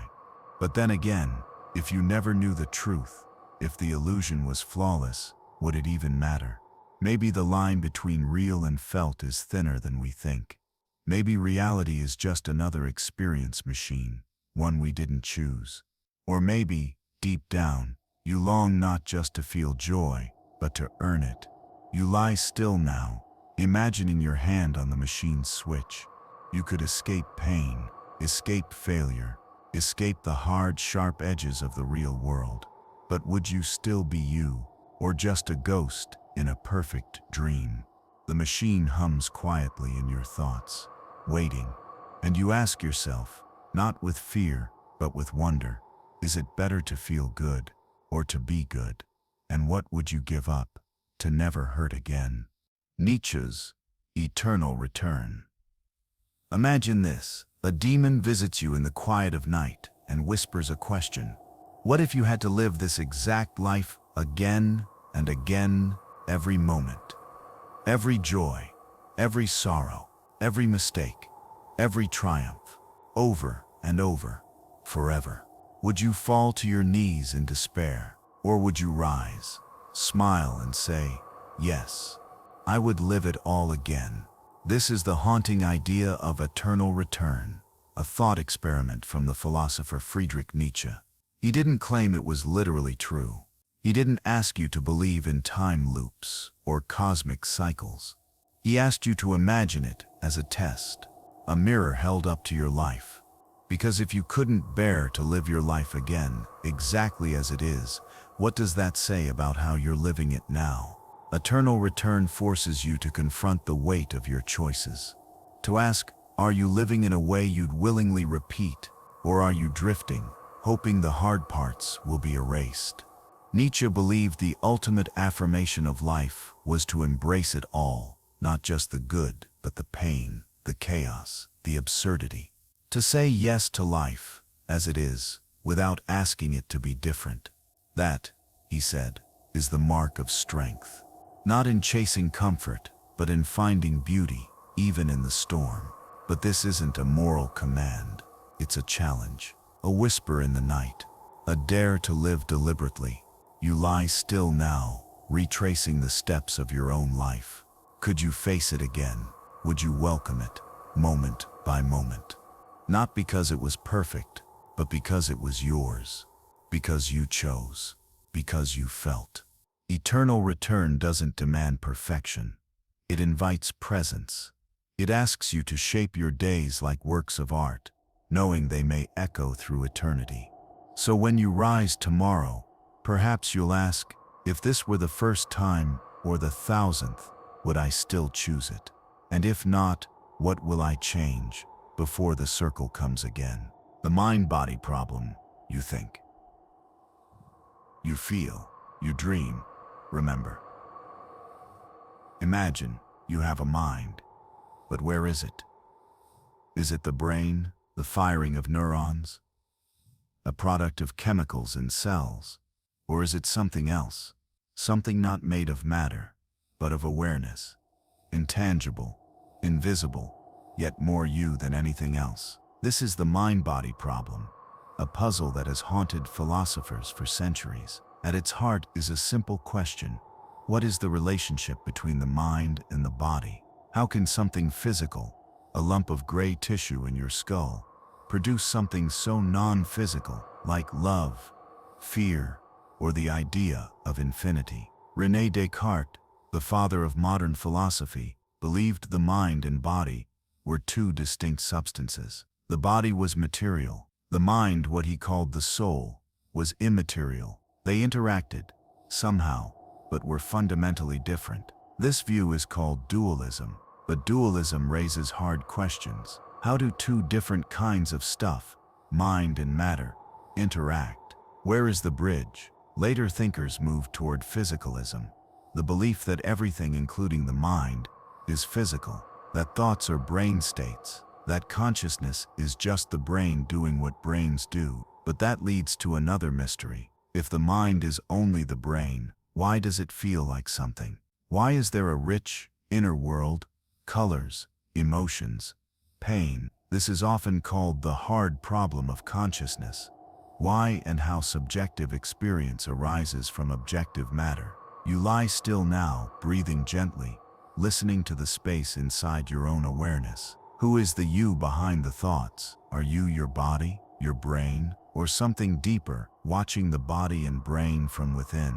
Maybe the mind is just the most intricate expression of matter. Or maybe, just maybe, consciousness is not produced by the brain, but filtered through it, like light through stained glass. The mind-body problem doesn't offer easy answers, but it does offer wonder, because whatever the mind is, it's the one thing you know for certain, the one thing you carry, even in dreams. And perhaps the most mysterious part of all is that you are the mystery.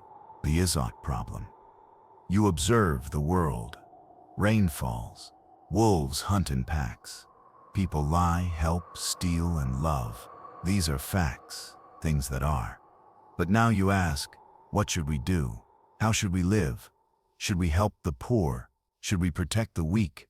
Should we be kind, loyal, just? This leap from what is to what ought to be is the heart of the thought problem, made famous by philosopher David Hume. He noticed something subtle, yet profound. Writers and thinkers often describe the world, how it is, and then suddenly begin telling us what we should do. But they skip a step. They move from facts to values without explaining why those facts demand certain actions. For example, if nature is survival of the fittest, does that mean we ought to let the weak perish? If humans have always gone to war, does that mean war is good? Just because something is a certain way, does it follow that it should be that way? Hume warned us. We must be careful not to smuggle in values disguised as facts, because describing the world doesn't automatically tell us how to change it. The thought problem challenges scientists, ethicists, and everyday people alike. It reminds us that ethics can't just rely on observations. We can say, people cheat, but it doesn't follow that cheating is right. We need a bridge, a principle, a reason to move from fact to value. Some have tried to build that bridge.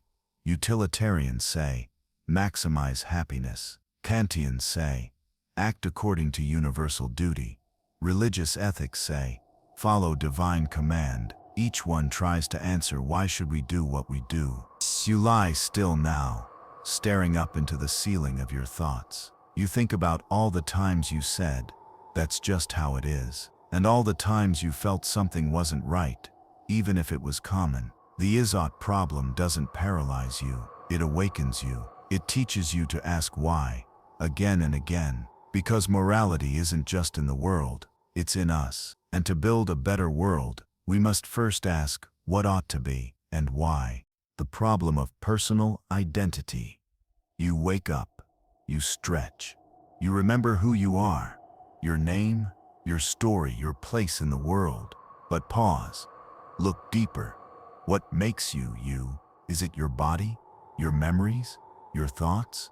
And if those things changed, would you still be the same person? This is the problem of personal identity, a question that asks, what holds a person together through time? Imagine a ship. Its planks are replaced, one by one, until no piece of the original remains. Is it still the same ship?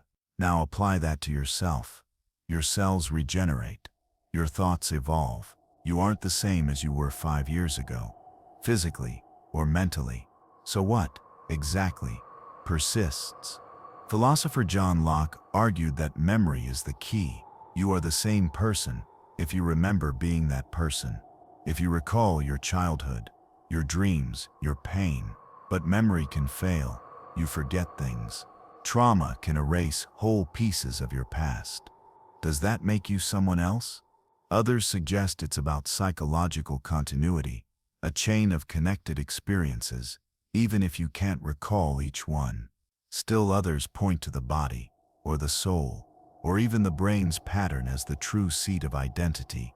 And in the age of technology, new questions arise. If your mind were uploaded to a computer, would you survive? If a perfect clone of you were made, same memories, same personality, would that be you, or just a copy? Personal identity matters not just in philosophy, but in everyday life. It's how we assign responsibility, how we promise, how we love. If you change entirely over time, can you still be held to your word? Can someone love you today if you're not quite the person you were yesterday? You lie still now, breathing gently, sensing the self within. You are not who you were at 10. And yet, something remains, a thread, a presence, a quiet sense of I. Maybe identity isn't a solid thing. Maybe it's a story, rewritten daily, or a river, flowing but continuous. Maybe what makes you you isn't a fixed point, but the journey itself. And the fact that you still ask this question means you are still here. Pascal's wager. Imagine you're sitting at a cosmic table. Before you lies a bet. Not on cards or dice, but on something far greater. Does God exist or not? You don't know for sure. You can't prove it one way or the other, but you must choose how to live. Believe or don't? This is the question behind Pascal's wager, proposed by the 17th century French philosopher and mathematician Blaise Pascal. Pascal argued that belief in God isn't just about truth, it's about risk and reward. If God exists and you believe, you gain eternal joy. If he doesn't, you lose little, perhaps a few pleasures, a few doubts. But if God exists and you don't believe, you risk eternal loss. So Pascal asks, why not place the safer bet? Why not believe, just in case? It's not a proof of God's existence. It's a wager, a practical choice in the face of uncertainty. Critics have pushed back. Is belief a switch you can simply turn on? Can you truly believe in something just because it benefits you? Wouldn't a just God see through the calculation? And what if you're betting on the wrong God? There are thousands of religions. Pascal's logic applies to many of them. Still, the wager lingers. Not because it's airtight, but because it reframes the question. It asks, what do you live as if is true? Because whether or not you believe in God, you're already betting with your life. You bet every time you love, every time you forgive, every time you suffer and still hope for meaning. And maybe the wager isn't about theology. Maybe it's about how you choose to live in the face of the unknown. You lie still now, not gambling, but wondering. Maybe the real wager isn't about belief, but about trust, in goodness, in mystery, in something beyond yourself. Pascal's wager isn't a threat. It's a quiet whisper in the night. What if there is more than this world? And what would you risk to live as if there is? The problem of induction. The sun rose yesterday. It rose the day before that. And the day before that. So, you expect it will rise tomorrow. But why? Because it always has. This is the heart of the problem of induction, introduced by philosopher David Hume in the 18th century. It questions something we take for granted, that the future will resemble the past. We base nearly everything on this assumption. Science, cooking, relationships, gravity, breathing, all built on the idea that patterns will continue. that what was true yesterday will still be true today and tomorrow. But Hume asked, how do you know that?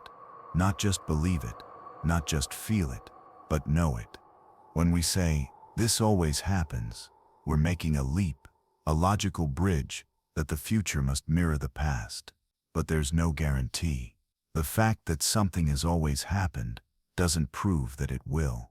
Yes, the sun has always risen, but that doesn't make it logically necessary that it must continue. It's only habit, deep, ancient expectation. So the very foundation of learning from experience, what philosophers call induction, has a hole in it. You boil water and expect it to heat. You turn the key and expect the car to start. You trust that tomorrow will come. And 99.9% of the time, you're right. But Hume reminds us that tiny crack still exists. This doesn't mean we should live in fear or distrust everything, but it does mean our confidence in patterns is built on faith, not certainty. Even science, our best tool for understanding the world, relies on this assumption. Experiments work because we believe nature is consistent. That's the wager of every scientist, every farmer, every lover. You lie still now, staring into the darkness behind your closed eyes.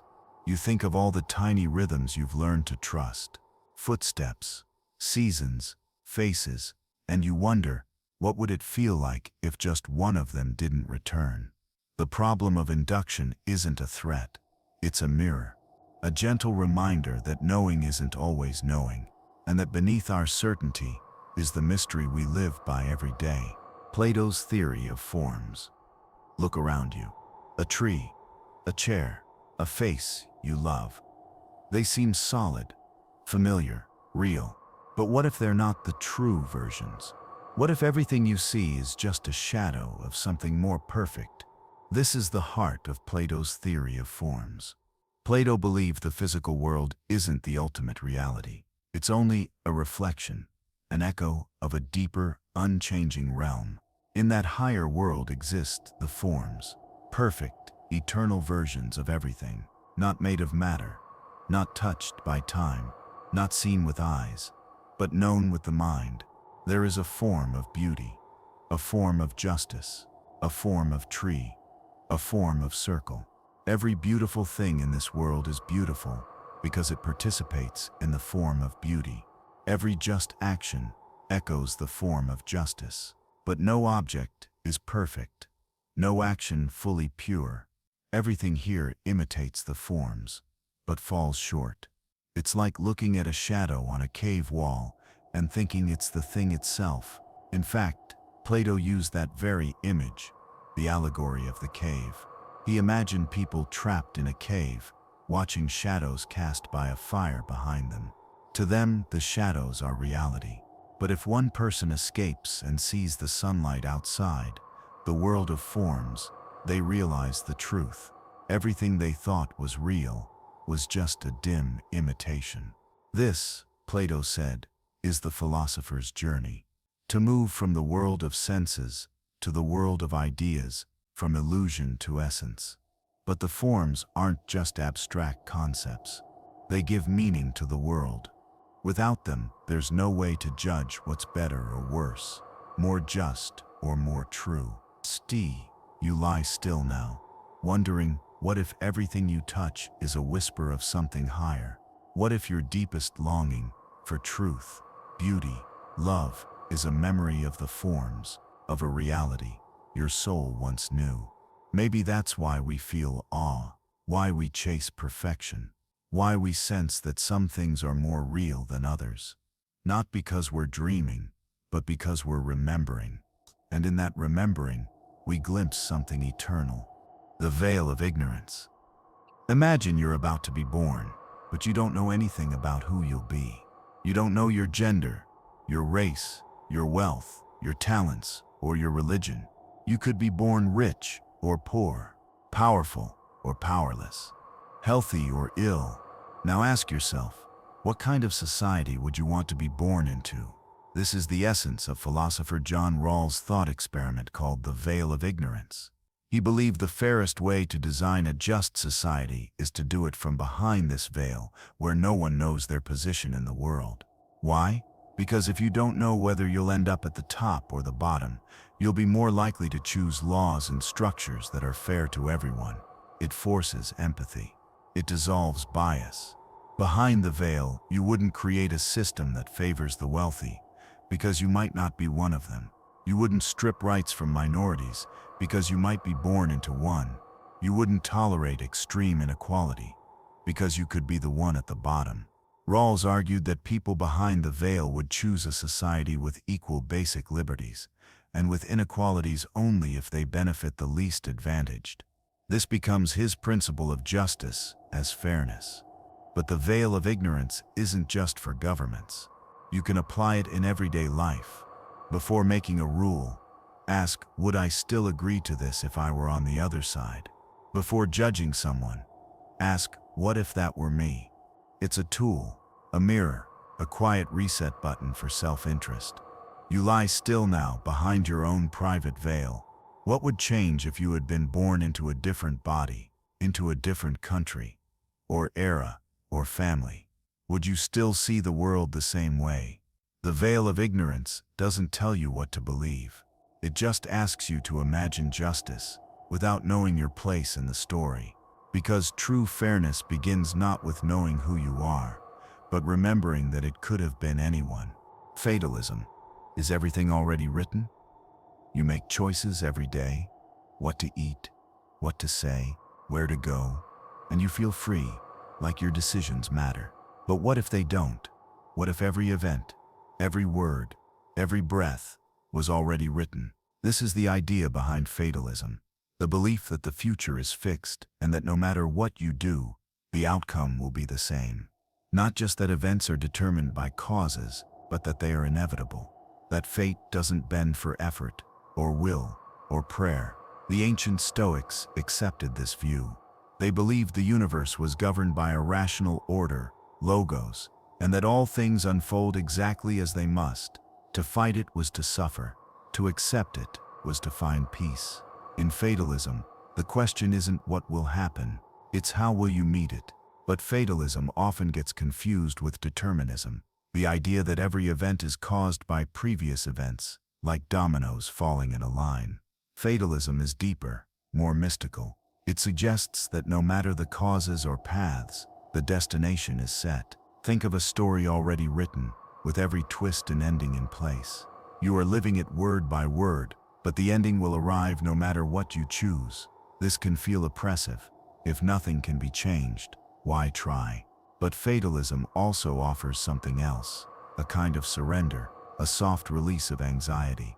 If what's meant to happen will happen, then you can let go of control. You can stop grasping, stop fearing. You lie still now, letting that thought settle like dust in the evening light. Maybe your struggles are not signs of failure, but parts of a greater unfolding. Maybe you are exactly where you're meant to be, not because you stopped choosing, but because choice itself is woven into the pattern. Fatalism doesn't ask you to stop acting.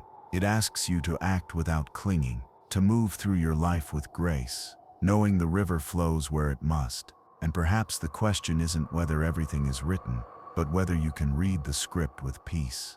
Thomas Nagel's bat. Can we ever understand another mind? Close your eyes. Now imagine being a bat, not just acting like one, but actually being one, hanging upside down, flying with wings, navigating the world through echolocation, hearing the shape of things. Can you picture it? Not from the outside, but from the inside. This is the question philosopher Thomas Nagel asked in his famous essay, "What is it like to be a bat?" And the answer he gave was startlingly simple. You can't, no matter how much you study a bat's biology or behavior, you can never truly know what it's like to be a bat. Because there is something about consciousness, something Nagel calls subjective experience, that can't be measured or explained from the outside. There is always a difference between knowing about and being. And if that's true for a bat, it's also true for people. You can see someone's face, hear their story, feel sympathy. But can you ever truly know what it's like to live in their mind, to feel their sadness the way they feel it, to see red the way they see it, or even to know if your idea of red is the same? Nagel's point isn't to push you into despair. It's to highlight the mystery of consciousness, that it isn't just brain activity or behavior. It's experience, a private world that can never be fully shared. You lie still now, sensing the quiet world behind your own eyes. It's yours, and yours alone. You might describe it, you might try to explain it, but no one else will ever feel it quite the way you do, and you'll never feel theirs. That can be lonely, but it can also be sacred, because it means every being you meet carries a universe you'll never fully touch, and that makes each one infinite. Nagel's bat isn't just about animals or science. It's a reminder to approach others with humility, to recognize the limits of knowledge, to listen with reverence, because even when you think you understand someone, there's always something deeper, something echoing in the dark that only they can hear. Parfit's teletransporter. Are you still you? Imagine this. You step into a booth on Earth. It scans every atom of your body, then destroys you completely. At the same time, on Mars, another booth builds an exact copy of you. Same memories, same personality, same body, down to every cell. When the process is complete, you open your eyes, but on another planet. Would you say you survived?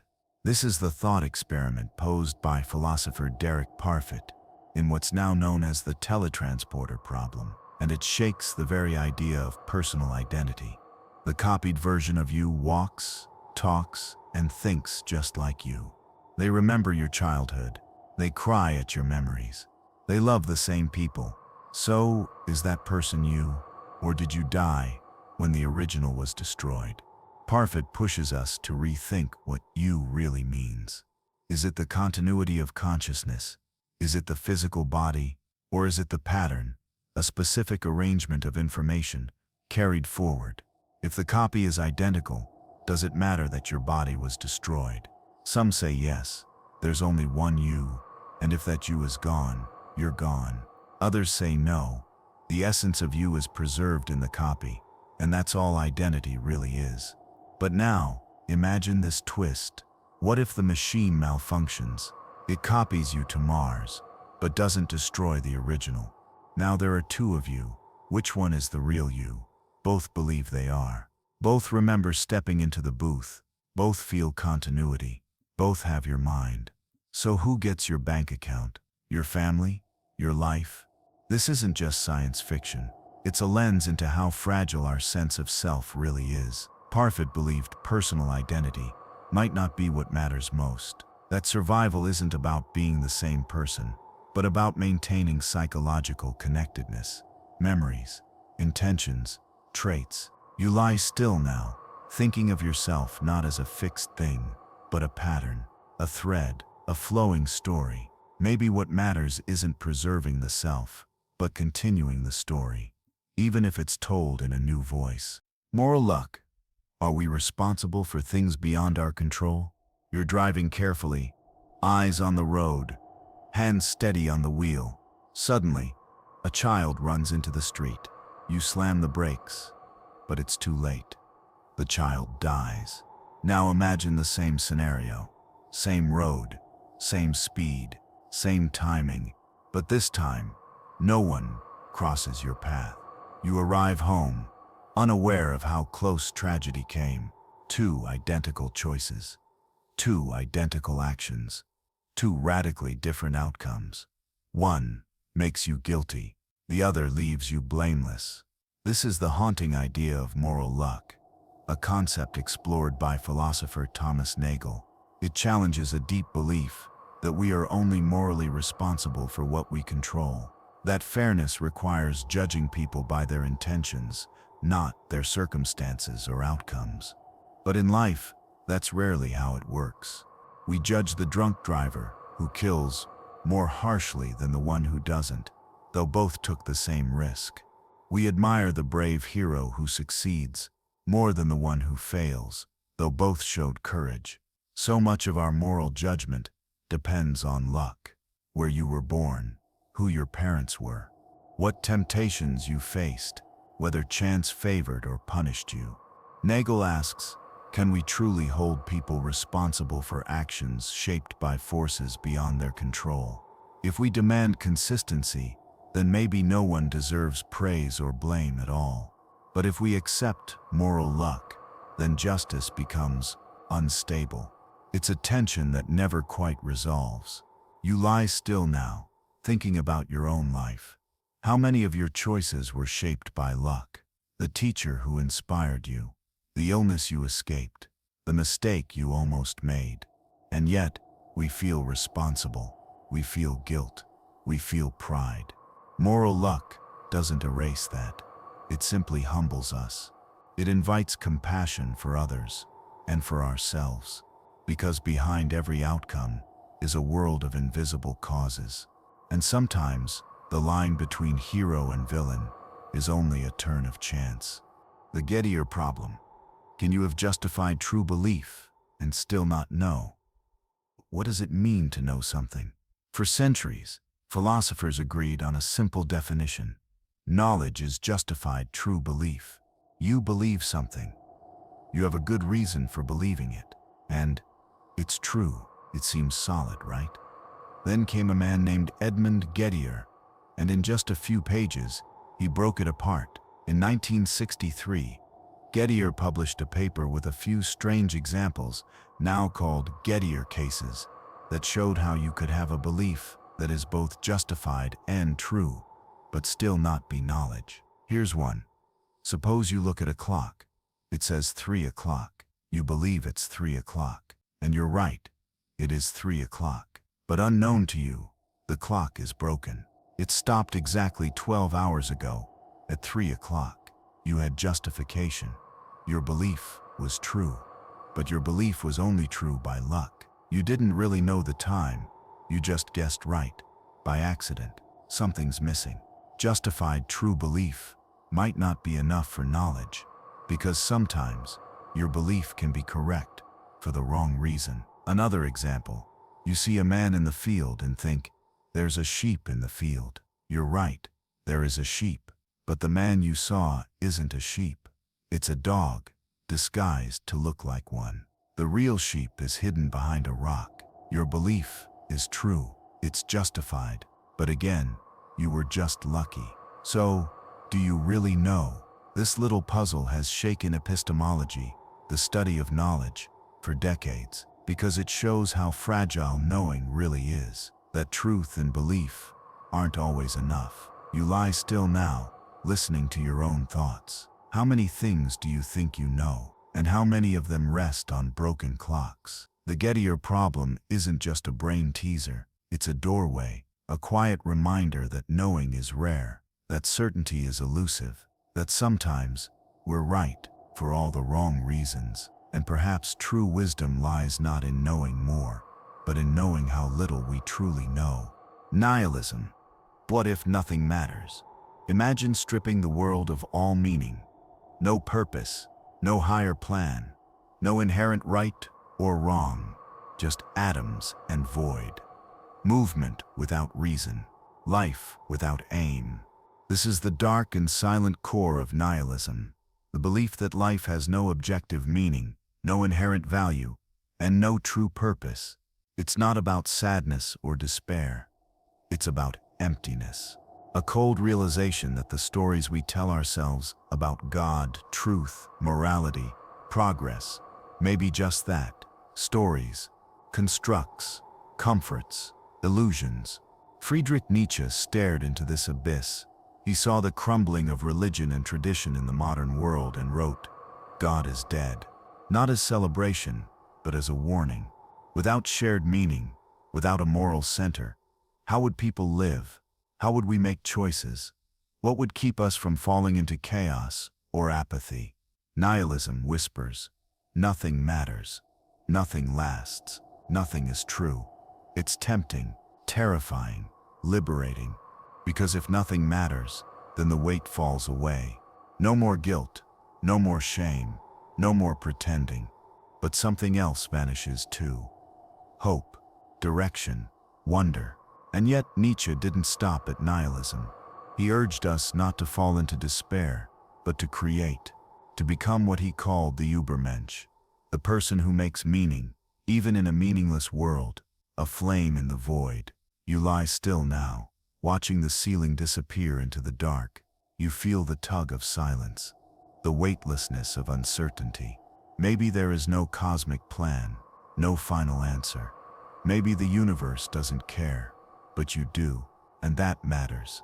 Because even in a world without fixed meaning, we choose to love, to create, to comfort, to build something beautiful in the brief time we're given. Nihilism isn't the end, it's a clearing, a space where old beliefs fall away and something new can begin. Not because it's written in the stars, but because you wrote it in your soul. Compatibilism. Can free will and determinism both be true? You make a choice. Coffee or tea, walk or drive, stay or leave. It feels free, unforced, yours. But then a thought creeps in. What if that choice was inevitable? What if every moment in your life was caused by the one before it, by your genetics, your upbringing, your brain chemistry? This is the tension between free will and determinism. Determinism says, every event is the result of prior causes, that everything unfolds like clockwork, predictable, inevitable. If that's true, where is freedom? Are we just passengers, watching a movie already filmed? Many say the two ideas can't live together, but compatibilists believe they can. They say, free will isn't about being uncaused. It's about acting according to who you are.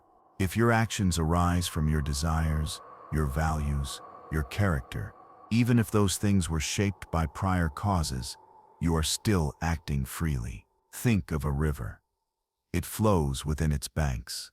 It follows gravity, but it twists and moves, uniquely, naturally. That's the compatibilist's idea of freedom. Not total randomness, not freedom from causality, but freedom within causality. When you choose something because it feels right, because it reflects you, not because someone held a gun to your head, that's free will, they say. Even if you were shaped by forces you didn't choose. But critics push back.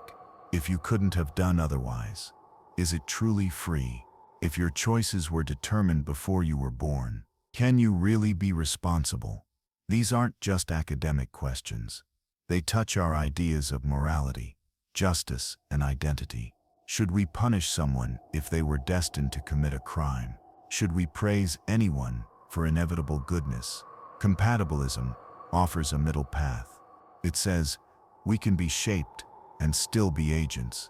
We can be caused and still be responsible. You lie still now, thinking of your own choices. So many roads behind you, so many turns you made. Were they written, or were they yours? Maybe both. Maybe freedom isn't escaping the path, but walking it with your eyes open. The is-ought problem. Can facts tell us what we should do? The sky is blue. Fire burns. Humans seek pleasure and avoid pain. These are facts, statements about what is. But then we say, we ought to help the poor. We ought to be honest. We ought to love our neighbor. Where does that ought come from? Can you move from a description of the world to a prescription for how to live? This is the heart of the is-ought problem, famously raised by the philosopher David Hume. He noticed that many moral arguments start by describing the world, what people do, how things work, and then suddenly leap to conclusions about what we should do. But there's a gap there, a quiet jump. You can describe how people behave, but does that tell you how they should behave? If humans are naturally selfish, does that mean selfishness is good? If nature is brutal, does that mean cruelty is justified? Hume said, no, you can't get an ought from an is, unless you already smuggle in some value, unless you already believe that certain goals or goods matter. It's like reading a map and then deciding where to go. The map shows what is, Only you can decide where you ought to head. This problem shapes modern ethics, science, and even politics. It warns us, be careful when someone says, "This is just the way things are," because that alone doesn't tell us what's right. You lie still now, thinking of all the facts you've ever learned, and all the choices you've ever made. How many were shaped by a quiet leap from is to ought? The is-ought problem isn't meant to paralyze you. It's meant to remind you, values are not found. They are chosen, and in choosing them, you shape the world, not because it's written in nature, but because you decided it matters, that kindness matters, that truth matters, that something matters, and in a world of facts, that choice is everything. Existential authenticity. Are you living your life or someone else's? You wake up each day and walk through a world already built. Names, customs, expectations. You go to school, you get a job. You follow the script, but at some point, a quiet question stirs inside you. Is this really me? This is the beginning of the search for existential authenticity, a concept drawn from thinkers like Søren Kierkegaard, Martin Heidegger, and Jean-Paul Sartre. It asks whether you're living in a way that's true to yourself, or merely conforming to the world around you. Kierkegaard called it despair, when you live as someone you're not. Heidegger called it falling, being lost in the noise of society. Sartre called it bad faith, lying to yourself to avoid responsibility. But all pointed to the same wound. We are born into a world we didn't choose, and then told how to live in it. And yet, we are free, terrifyingly free, to choose, to redefine, to step outside the roles we've inherited and say, "This is who I am." But authenticity isn't easy. It doesn't mean doing whatever you feel or rejecting every tradition. It means taking responsibility for your choices, your path, your values. It means asking yourself, again and again, is this mine, or did I borrow it? Was this belief chosen or handed to me? Do I really want this life, or am I just afraid to say no? You lie still now, the ceiling a quiet mirror. You think of the voices in your head that aren't yours, the expectations etched into you by others, and beneath them, a silence that belongs only to you. Authenticity is not about perfection. It's not about always knowing. It's about listening, gently, honestly, to that voice beneath the noise, and choosing, every day, to live in alignment with it, even when it's hard, even when no one understands, even when it means walking alone. Because in that walk, in that risk, you become yourself, not what the world expected, but what you were always meant to be. Pascal's wager: is it safer to believe in God, just in case? You can't prove God exists. You can't prove God doesn't, and yet you must live as if one way or the other. This dilemma haunted mathematician and philosopher Blaise Pascal. He wasn't trying to prove God. He was trying to understand the risk of belief. So he framed it like a bet, a wager. If God exists, and you believe, you gain everything: eternal life, infinite joy. If God exists, and you don't believe, you lose everything, infinite loss. Then whether you believe or not, you lose nothing, or very little. So Pascal asked, which is the smarter bet? He argued that believing in God is the rational choice, not because you're certain, but because the potential reward outweighs the risk. Think of it like a game of infinite stakes you're forced to play. Not choosing is also a choice. So, where do you place your chip? This is Pascal's wager, and it's powerful, not as theology, but as logic. But critics quickly raised concerns. Can belief be a choice? Can you truly believe in something just to be safe? What if God values sincerity more than strategy? And which God are you wagering on? The Christian God, the Muslim God, the deist clockmaker, the unknowable silence? Still, the wager lingers, because it asks a deeper question. What are you living as if is true? You lie still now, thinking of your own quiet bets. You may not have declared your faith, but you live each day as if certain things matter, as if love is real, as if time is limited, as if your actions echo beyond you. You're always wagering, with your choices, with your time, with your life. Pascal's wager isn't a commandment, it's a mirror. It asks not what you claim to believe, but what you're willing to risk. And sometimes, belief isn't certainty. It's the courage to commit, even in the face of doubt. Because maybe the question isn't whether God exists, but whether a life lived as if He does leads you somewhere deeper. The anthropic principle: are we here because we could be? Look around. The universe is vast, precise, delicately balanced. Gravity holds galaxies together. Atoms cling with just the right strength. Stars burn at just the right heat. And in one small corner of it all, you exist. You think. You wonder. You ask, why? Why is the universe so perfectly tuned to allow life? Why does everything from the pull of electrons to the expansion rate of the cosmos seem calibrated to make you possible? This is the question at the heart of the anthropic principle. At its simplest, it says, we observe the universe to be life-permitting because we're here to observe it. That sounds obvious, even circular, but it has deep implications. Imagine billions of universes, each with different laws. Most are lifeless, most collapse or drift empty, but in a few, conditions happen to allow complexity. Stars, planets, consciousness. And it's in one of those rare few that beings emerge, beings like you and me who ask, why this universe? But perhaps the question is backwards. Maybe the universe doesn't exist for us. Maybe we exist because this is one of the few places where existing is possible. This is the weak anthropic principle. Our observations are conditioned by the fact that we are observers.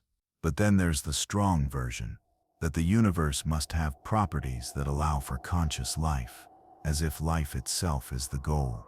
Some see this as evidence of design, others as chance filtered through vast cosmic probability. Some even propose the multiverse, countless universes, each with different rules. We happen to be in one where the rules work, because if they didn't, we wouldn't be here to talk about it. You lie still now, suspended in a universe fine-tuned for thought. It may feel accidental, it may feel ordained, but here you are. The laws could have been different. The constants could have shifted, but they didn't. And in this improbable arrangement of matter and meaning, you breathe, you wonder. And maybe that in itself is the most astonishing fact of all. Hard solipsism. Can you prove anything exists outside your mind? You wake up, you see light, you hear sounds, you feel the bed beneath you. But pause for a moment. How do you know any of it is real? How do you know there's a world outside your mind? Not just in theory, but with certainty. This is the unsettling question posed by hard solipsism. The idea that only your own mind is guaranteed to exist, and everything else could be an illusion. Think of a dream. While dreaming, everything feels real. People talk, time flows, pain hurts. Then you wake and realize it was all in your head. What if you haven't woken up? What if life itself is a kind of dream, one you never leave? The philosopher René Descartes famously asked, "What can I doubt?"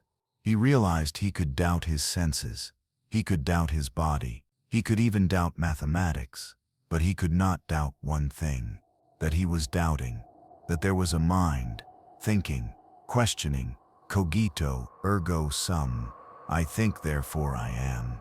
That's where hard solipsism begins. The only certainty is the self. Everything else could be imagined, simulated, fabricated, fake. Even you reading this could be part of someone else's dream. There's no way to prove otherwise, not conclusively. Of course, we don't live as solipsists. We trust in the world. We love people. We share laughter and pain. But at the deepest level, the solitude remains. No matter how close someone gets, you never truly leave your own mind. You lie still now, surrounded by the quiet hum of awareness. You can't see your own brain. You can't touch the world beyond your senses. All you have is experience. And yet, what a rich thing it is. A canvas of color, sound, thought, memory. Maybe hard solipsism isn't a reason to despair. Maybe it's a reminder that everything you know, the stars, the rain, the faces you love, arises in the theater of consciousness. And if it's a dream, what a beautiful one to be in. Moral relativism. Is right and wrong just a matter of culture? In one country, it's polite to look someone in the eye. In another, it's seen as rude. In one era, a practice is considered honorable. In another, it's condemned as evil. Cultures vary, customs change, so do values, which raises a quiet, troubling question. Is morality universal or relative? This is the heart of moral relativism, the belief that right and wrong are not fixed truths, but shaped by context, culture, history, language, upbringing. What's good in one society might be bad in another, and neither is necessarily wrong, just different. It's a view that invites humility. Instead of declaring, "We are right, they are wrong," the relativist pauses and says, "Let's understand how they see the world." It urges tolerance, open-mindedness, cultural sensitivity, but it also raises problems. If all morality is relative, can we ever condemn anything? Slavery? Genocide? Oppression? If a society says it's okay, does that make it so? Do we have the right to judge, or are we trapped in our own moral bubble, with no solid ground to stand on? Some argue for moral universalism, the belief that some values transcend culture, that certain principles, like human dignity, compassion, justice, are right, no matter where or when. But even then, the details differ. What dignity means, what justice demands, and so the question persists. You lie still now, thinking of the values you hold dear. Where did they come from? Your parents, your school, your time and place. Would you believe the same things if you were born in another country, in another century? Probably not. And yet, you believe them deeply. So what do we do? Moral relativism isn't an answer, it's a challenge. To hold our beliefs with clarity, but not arrogance.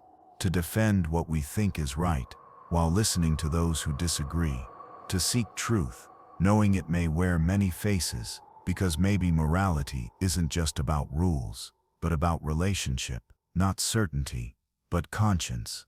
And the quiet courage to ask, not what's right in general, but what's right now, in this fragile, complex world we share. Zeno's paradoxes. Can motion even exist? You lift your hand, you take a step forward, you watch an arrow fly. Motion seems obvious, undeniable, real. But over 2,000 years ago, a Greek philosopher named Zeno of Elea challenged that idea, using logic to show that motion might be impossible. At first, it sounds absurd, but listen closely. Zeno's most famous puzzle is called the dichotomy paradox. To walk across a room, you must first go halfway. Then you must go half of the remaining distance, then half again, and again, and again. An infinite number of steps. So how do you ever finish? If there are infinite points between you and the wall, wouldn't it take infinite time to cross? Another of his puzzles, Achilles and the tortoise, says this. A swift runner, Achilles, races a slow tortoise. To be fair, the tortoise gets a head start. By the time Achilles reaches the tortoise's starting point, the tortoise has moved forward. When Achilles reaches that point, the tortoise has moved again, and so on, endlessly. According to Zeno, Achilles can never catch the tortoise. Of course, in real life, he does. You've seen runners pass each other. You've crossed rooms. You've watched arrows strike their target. So what's the point? Zeno wasn't denying motion as a physical experience. He was exposing a paradox at the heart of infinity and division. Can space and time be endlessly divided? If so, how do we ever move? These paradoxes puzzled philosophers and mathematicians for centuries. Eventually, the development of calculus, with concepts like limits and convergence, helped resolve the paradoxes mathematically. But the mystery remains at a deeper level. Is motion continuous, or made of tiny, indivisible steps? Is time a smooth river, or a flickering sequence of frames? You lie still now, feeling the stillness in your limbs, and you realize even your stillness is part of a larger movement. Your breath, your thoughts, the earth turning beneath you. Zeno's paradoxes may not stop your feet, but they stop your mind, and in that pause you glimpse the hidden strangeness beneath the ordinary. Because sometimes, even the most basic truths, like moving from here to there, aren't as simple as they seem. The experience machine. Would you plug into a perfect illusion? Imagine this.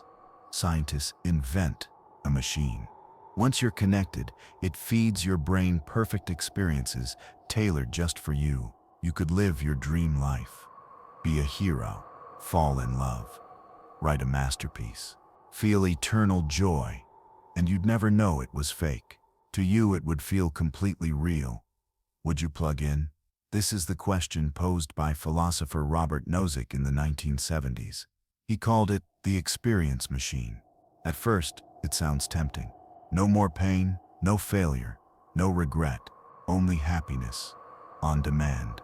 But Nozick believed most people wouldn't plug in. Why? Because we don't just want experiences, we want to be someone.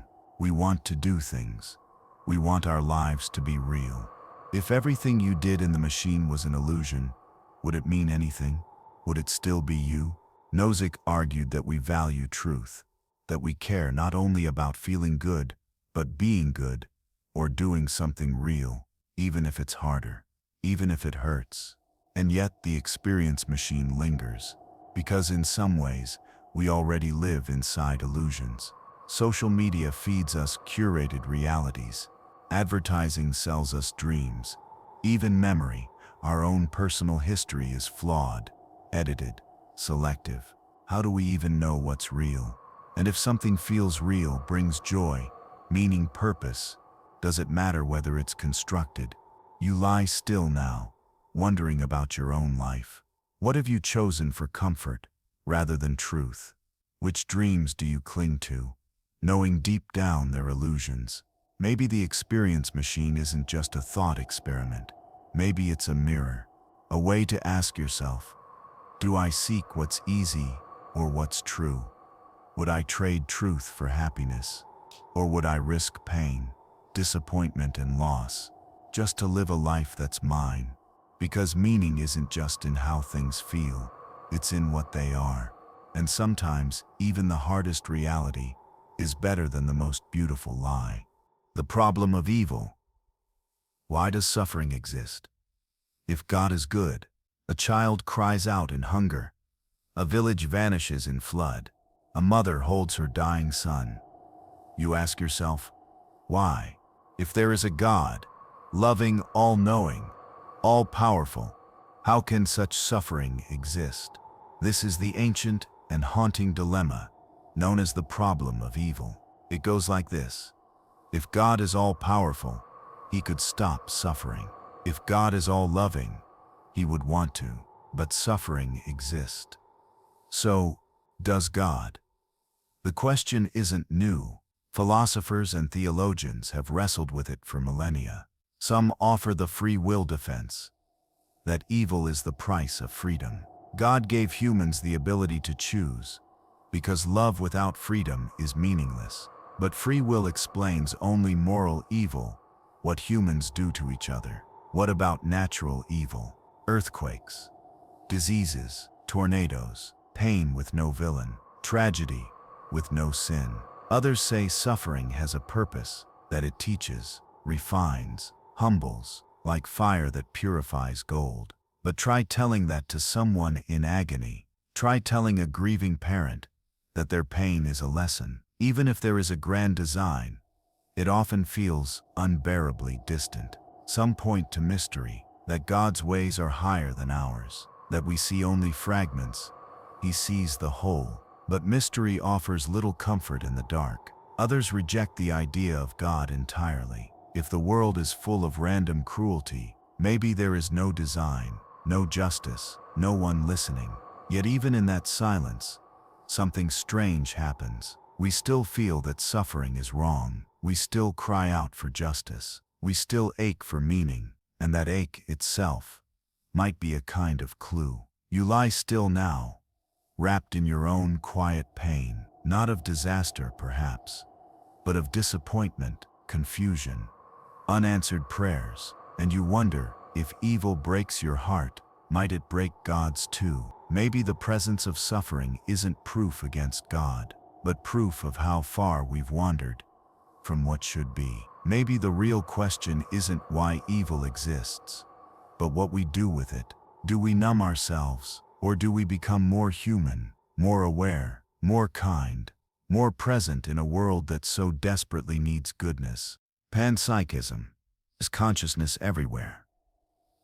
You look at a rock, cold, still, silent. You feel no presence, no mind. But then a question drifts in.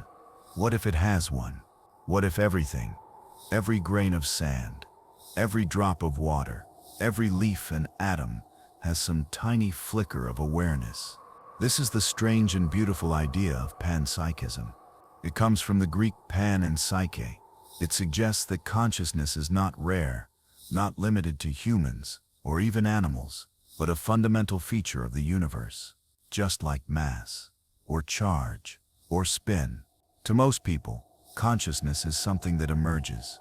Brains are complex machines, and at a certain point, awareness switches on. But how? No one knows. This is the infamous hard problem of consciousness, how subjective experience arises from physical stuff. Panpsychists offer a radical answer. Maybe it doesn't emerge.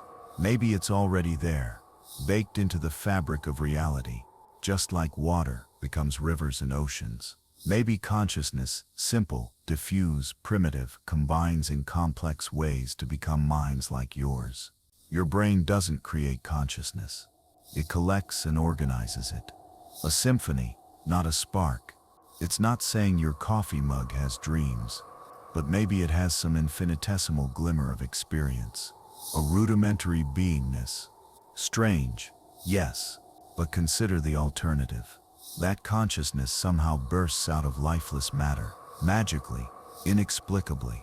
Panpsychism simply says, maybe it was always there, and once you entertain that thought, the world changes. The forest no longer feels empty. The wind seems to carry a whisper. Even silence hums with presence. You lie still now, surrounded by the quiet world, the bed beneath you, the walls around you, the stars above, and you wonder, are you the only one here, or are you part of a great field of awareness, thin, ancient, and endless, not a mind like yours, but something deeper, more diffuse, the shimmer behind matter. Maybe consciousness isn't a candle in the dark. Maybe it is the dark, blue space, the stillness, and maybe everything you see is ever so slightly awake. The brain in a vat. What if everything is a simulation? Imagine waking up in a lab. You are not in a body. You are not in a room. You are just a brain floating in fluid, wired to a computer. Every sight, every sound, every memory, fed to you by a machine, and everything you thought was real was just electrical signals. This is the unsettling thought experiment, known as the brain in a vat, a modern twist on Descartes' evil demon, and a close cousin to the Matrix. It asks a simple, terrifying question. How do you know any of this is real? What if your body doesn't exist? What if the people you love are code? What if the stars, the trees, the wind are illusions projected into your mind? You'd never know, because all your experiences, real or not, come through your brain. And if that brain is being deceived, You could live your whole life inside a lie. Philosophers use this to challenge our assumptions. We trust our senses, but they can be fooled. We trust the world, but we only ever experience it through interpretation. So what's the difference between dreaming and waking? Between reality and simulation? You lie still now, staring into the dark behind your eyes. Can you prove you're not a brain in a vat? Probably not. And yet, it feels real. Your breath, your memories, your fears and longings. Even if it's simulated, it feels like living. Some say it doesn't matter. Experience is experience. Whether you're in a body or a vat, your joys and sorrows are still yours. But others say it changes everything. If the world is fake, what about morality, responsibility, love? Are those just scripts running in your neural theater? Still, something stirs inside you, a desire to know, to wake up. If waking up is possible, maybe the real point isn't whether we're in a vat, but whether we're thinking about it, questioning, searching, because even in a dream, the act of wondering is real. And maybe that spark of curiosity, the need to know what's true, is the very thing that proves you are more than wires, more than signals, more than illusion. You are awake. The veil of ignorance. How would you build a world if you didn't know who you'd be? Close your eyes.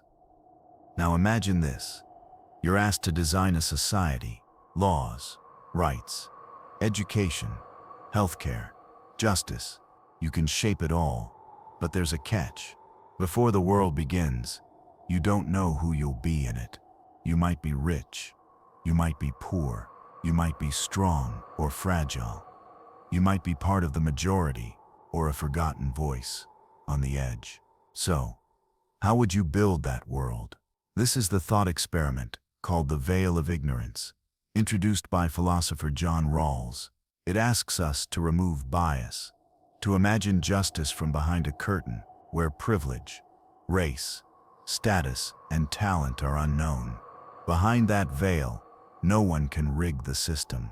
No one can design laws just for people like them, because you might be anyone. So you'd likely choose fairness. You'd create safety nets. You'd protect the weak. You'd make sure the rules are kind to the least powerful, because you might be one of them. This idea challenges how we think about justice, not as power, not as tradition, but as empathy in advance. Rawls called this the original position, a mental place where we design fairness without self-interest. Of course, in the real world, we're not behind a veil. We're already born, already shaped by class, language, gender, luck. But that's why the veil matters, because it shakes us loose from our position and asks us to think from someone else's, not out of pity, not out of guilt, but out of clarity. If a law seems cruel from behind the veil, it's probably cruel in the world. You lie still now, your mind drifting through imagined cities and invisible lives. Could you survive the world you've helped shape? Would you want to? And if not, what would you change? The veil of ignorance isn't just a tool for philosophers or lawmakers. It's a mirror, and it asks, what kind of world would you want if you didn't know which face you'd wake up with? The paradox of choice. Does more freedom make us less happy? You walk into a store. There are 50 kinds of toothpaste, dozens of jeans, an endless aisle of cereal. You pause, you browse, you hesitate, and then something strange happens. You feel less certain, less satisfied, more anxious. This is the paradox of choice. The idea that too many options rather than freeing us can overwhelm us, burden us, even paralyze us. Psychologist Barry Schwartz explored this idea in depth. He noticed that in modern life, we are drowning in freedom. We've been told more choices equals sign, more happiness. More freedom equals sign, more fulfillment. But it doesn't always work that way. When options multiply, decisions become exhausting. You fear missing out. You worry you'll choose wrong. And even after choosing, you wonder, was that really the best one? Instead of joy, you feel regret. Instead of gratitude, you feel doubt. This is called decision fatigue, and it's real. Your brain can only juggle so many what-ifs before it collapses into frustration. Even worse, when expectations are high, when you're told that the perfect choice is out there, you're more likely to be disappointed by any result. You could have had anything, and so what you did choose starts to feel like a loss. You lie still now, thinking of all the choices in your life. What to study, where to live, who to love, what path to take. And in the quiet, you realize some of your deepest peace came not from having every door open, but from fully stepping through one. Commitment, presence, limits. They don't shrink you, they hold you. A paradox, yes, but maybe a liberating one. Because happiness isn't always in the wide horizon. Sometimes, it's in the path you've chosen to walk. Not because it was perfect, but because it was yours. So next time you face 100 options, remember, freedom is beautiful, but it's choice, not choices, that gives your life shape. Moore's paradox. It's raining, but I don't believe it is. Imagine someone turns to you and says, "It's raining, but I don't believe it is." You pause. The sentence isn't self-contradictory. Grammatically, it makes sense. Each part could be true, and yet something feels deeply wrong. How can someone state a fact they don't believe? This is the strange puzzle known as Moore's paradox. Named after philosopher G.E. Moore, it reveals a tension between what we say and what we believe. I believe it's raining is a statement of belief. It's raining is a statement of fact. But when you assert something, you're not just sharing words, you're sharing what you take to be true. So if you say, "It's raining," you're implying belief. To then add, "But I don't believe it is," creates a strange dissonance. It's like saying, "I'm speaking sincerely, but I don't think what I'm saying is true." That's the paradox. Not a logical contradiction, but a pragmatic one. It violates how we expect belief and speech to fit together. It's not just about rain. Consider these. He's guilty, but I don't believe he is. You're my friend, but I don't think you are. I'm happy, but I don't believe I am. Each one twists your mind a little, because belief is tied to meaning. To say something while denying your belief in it makes the whole sentence feel hollow. So why does Moore's paradox matter? Because it reminds us, speech is more than words. It's an act of trust between what we believe and what we express. And sometimes, even we don't know what we believe. People say things they don't feel. They go through motions. They convince themselves of truths they quietly doubt. Moore's paradox isn't just about language. It's about self-awareness. You lie still now, asking yourself, what am I saying that I don't truly believe? What do I believe that I'm afraid to say? Because when your words and your mind drift apart, something in you goes silent, and finding your way back to truth starts with hearing the things that don't quite fit. The Dunning-Kruger effect. Why do the least skilled often feel most confident? You've probably met someone who speaks with absolute certainty, even when they're completely wrong. They don't pause. They don't question. They don't doubt. Meanwhile, someone else, thoughtful, experienced, careful, hesitates. They say, "I might be wrong." They ask questions. They're unsure. Why does this happen? Enter the Dunning-Kruger effect. Discovered by psychologists David Dunning and Justin Kruger. It's a cognitive bias where people with low ability in a task tend to overestimate their skill, while those with high ability often underestimate themselves. In other words, the less you know, the easier it is to believe you know enough. Why? Because real competence requires not just skill, but an awareness of complexity. The beginner sees the surface and thinks, "This is simple." The expert sees the depth and says, "There's still so much I don't understand." This creates a strange paradox. The most confident voices might be the most uninformed, and the quiet ones might hold the deepest wisdom.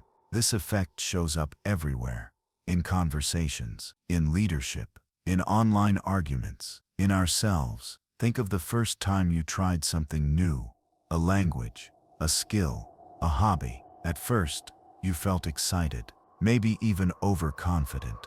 But as you learned more, something shifted. You realized how much you didn't know, and your confidence dipped. This curve has a name, the Mount Stupid Peak of Confidence, followed by the Valley of Despair, and finally, slowly, a rise into humble competence. You lie still now, reflecting on your own journey. Where have you stood at the peak, certain and loud? And where have you gone quiet, not because you lacked knowledge, but because you'd seen the depth? The Dunning-Kruger effect doesn't mean we shouldn't speak. It means we should speak with awareness of what we know, of what we don't, and of the quiet arrogance that sometimes hides in our confidence. Because real wisdom isn't loud. It listens, it asks, it doubts, kindly, and in doing so, it creates space for truth to grow. The law of the instrument. Does every problem start to look like a nail? Imagine you're holding a hammer. Now someone asks you to fix something. You look around, and suddenly, everything looks like a nail. That's the idea behind the law of the instrument, also known as Maslow's hammer. Coined by psychologist Abraham Maslow, the principle is simple. If all you have is a hammer, everything looks like a nail. It's a warning about how our favorite tools, mental or physical, can shape our perception. When you become comfortable with a solution, you start seeing problems that match it. If you're a surgeon, you may think in terms of surgery. If you're a coder, you'll look for algorithmic answers. If you're trained to fight, you may look for enemies. Even your beliefs, political, spiritual, personal, can become hammers. And soon the world rearranges itself to fit what you already know how to do. The law of the instrument isn't just about overuse. It's about mental rigidity, a narrowing of vision, a creeping assumption that your method is not just helpful, but universal. It's comfortable, it's efficient, but it can also be dangerous, because not every problem is a nail, and not every situation needs your usual response. Sometimes what's needed is a wrench, a microscope, a pause. You lie still now, thinking of the tools you carry in your mind. How often have you relied on a habit just because it was familiar? How often have you dismissed something simply because your hammer didn't fit? Wisdom isn't just knowing how to use a tool. It's knowing when not to. It's asking, what am I not seeing because of what I always reach for? What tools am I ignoring because they're unfamiliar? The law of the instrument invites us to expand our toolbox, to welcome uncertainty, to listen before acting, because real strength isn't hitting harder. It's choosing carefully. And sometimes, the wisest thing you can do is to set the hammer down. Infinite regress. What happens when every answer needs another answer? You ask a question. Why is the sky blue? Because of how light scatters. But why does light scatter that way? Because of the properties of particles in the atmosphere. And why do particles behave that way? Because of the laws of physics. And why do the laws of physics exist? And why, and why, and why? Eventually, your answers begin to trail into silence, not because there's no curiosity left, but because every answer seems to require another. This is the puzzle of infinite regress. In philosophy, it happens when a statement, belief, or explanation depends on another, which in turn depends on another, and so on, forever. It's like trying to build a staircase to the sky, only to realize every step needs another step beneath it. In logic, in ethics, in metaphysics, regress appears everywhere. You believe something. But why? Because another belief supports it. But what supports that belief? And on, and on. At first, regress might seem harmless, but left unchecked, it creates problems. If every justification requires another, then do we ever truly know anything? Do we ever find something foundational, an idea that needs no further defense? Philosophers have offered different solutions. Some say there must be a stopping point, a foundational belief so basic, so self-evident, it doesn't need proof. Others argue for coherentism, the idea that beliefs support each other in a network, like a web, rather than a single ladder. Still others accept regress as a mystery, proof that some things may be beyond full explanation.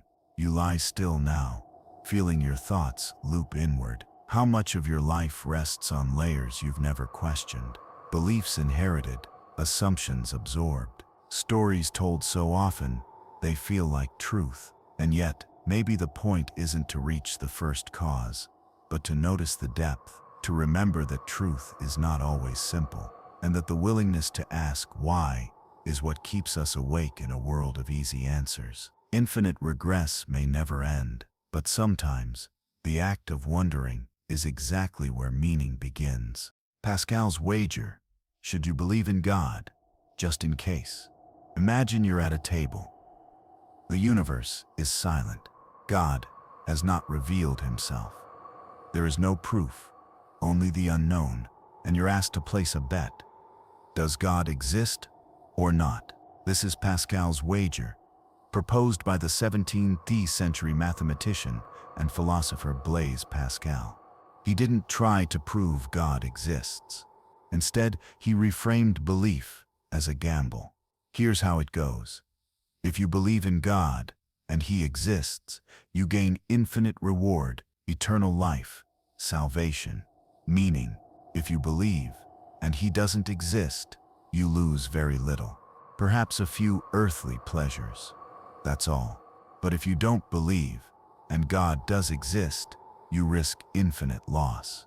And if you don't believe and he doesn't exist, you gain nothing more than what you had.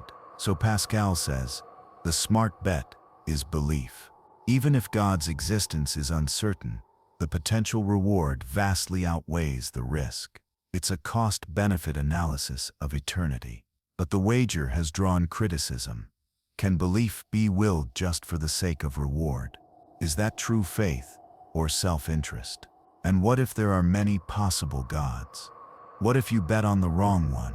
Still, Pascal's wager endures, not because it guarantees truth, but because it challenges you to consider the stakes. It's not about fear, it's about what you stand to gain and what kind of life you choose to live. You lie still now, staring into the unknown. Do you believe, or are you waiting for certainty? Pascal whispers from the past. You must wager. It is not optional. To live without belief is still a choice, still a wager. So the question becomes, if you had to live as though life has meaning, as though love matters, as though someone is listening, wouldn't that be a life worth living? Even if, in the end, it was only a beautiful illusion. Maybe belief isn't a bet to win. Maybe it's a direction, a way of living, as if life is sacred. And maybe, just maybe, that's where faith begins. The mere addition paradox. Can adding happy lives make the world worse? Picture a small world, not perfect, but good. Everyone in it lives rich, fulfilling lives, deep relationships, art, joy, meaning. Now imagine another world. It has more people, twice as many, 3 times, 1 billion more. Each person lives a life that's still worth living, but just barely. Less beauty, less love, less depth, still good, but thinner, fainter, shallow. You now ask, is this second world better? More people are alive, more total happiness exists, and no one is suffering. So why does it feel worse? This is the mere addition paradox, introduced by philosopher Derek Parfit. It challenges how we think about population ethics, about what makes a world good, or better, or worse. Parfit shows us a puzzle. If adding people whose lives are worth living can't make the world worse, then logically, a world with more people, even with lower quality of life, should be better overall. more happiness, more satisfaction, more existence. But something about that seems wrong. A world overflowing with billions of lives that are barely good feels like a moral decline, not progress. So which matters more, total happiness or the average quality of life? If you focus on totals, quantity wins. If you focus on averages, a single low-quality addition might drag down the whole. But then, are we saying a world is worse, even when no one is worse off? This leads to a haunting implication, called the repugnant conclusion, that the best possible world may be one filled with countless lives, all hovering just above misery. Lives that are technically worth living, but barely, and yet, no one is suffering. No one wishes they didn't exist. Still, you lie still now. Uneased, is more always better? Does mere existence without richness, without depth, fulfill the promise of life? Maybe the paradox reminds us, quality matters, meaning matters, and the goal isn't just more beating hearts, but more full ones. Because a good life is more than survival. It's awareness, connection, love, and the space to be truly alive. The anthropic principle. Are we here because the universe allows us to be? Look around you, the stars, the planets, the delicate balance of light and gravity, matter and motion. So now ask yourself, why is the universe just right for us to exist? Why does water freeze and boil at just the right temperatures? Why is gravity strong enough to hold galaxies together, but weak enough to allow life to walk? Why do the laws of physics seem so perfectly tuned? Change a few numbers just slightly, and the universe collapses. No stars, no atoms, no life. This is the mystery that leads us to the anthropic principle. At its core, it simply says this: the universe must be such that conscious beings can observe it, because if it weren't, we wouldn't be here to ask the question. It sounds obvious, even circular, but it carries deep implications. There are two main interpretations. Weak anthropic principle. The universe seems fine-tuned because we're here inside it. Of course it appears that way. Only in such a universe could observers exist to notice. Strong anthropic principle. The universe isn't just compatible with life, it's somehow designed for it. That consciousness, or life, is not an accident, but a requirement. And then there's the multiverse idea. What if there are countless universes, most lifeless, most chaotic, but by sheer chance, one had the right conditions for life, and that one is ours? You lie still now, feeling small beneath the weight of stars. Was it all random, or are we part of a deeper pattern? Is the universe aware of us, or are we just noticing what had to be? The anthropic principle doesn't give answers. It reframes the question. It reminds us, we exist in a place so precisely balanced that existence itself becomes mysterious. Are we rare? Are we expected? Or are we the flicker of awareness in a vast sea of silence? You may never know, but you are here, and the universe, for reasons unknown, permits your being, and that alone is worth wondering about. The experience machine. Would you plug into a perfect illusion? Close your eyes. Imagine a machine, one that can give you anything you want. The perfect life, endless joy, success, love, adventure. No pain, no failure, no doubt, just pure experience, crafted to your desires. You wouldn't know it's fake. You'd believe it all. Your brain would feel as if everything were real. Would you plug in? This is the experience machine. A thought experiment by philosopher Robert Nozick. It asks a deep question. Do we care only about how life feels, or does reality itself matter? If happiness is just brain chemistry, why not simulate it? If you could live in a dream where every moment was pleasure and never know the truth, wouldn't that be enough? Nozick thought most people would say no, because we want more than feeling. We want to do things, to be someone, to connect with what is real, not just what feels good. We don't just want the illusion of love, We want actual love, not the dream of achievement, but achievement itself. You lie still now, considering the choice. The machine promises no pain, no fear, no regret, but also no truth, no surprise, no depth. You'd never grow old, never lose, never fail, but you'd also never be tested, never know what you're really made of, never meet someone who surprised you, never wake up with the raw, painful clarity that this life, as hard and imperfect as it is real. The experience machine tempts you with a paradise, but it also asks, is a life that's perfect but false worth more than a flawed life that's real? Some say yes. That happiness is the only thing that matters. That illusion, if seamless, is just as good. Others say no, that without truth, even joy becomes hollow. Maybe meaning isn't in how things feel, but in how they are. And maybe the beauty of life is that we don't control it. We live it, we risk it, and in doing so, we become real. Fatalism. Are we powerless to change our fate?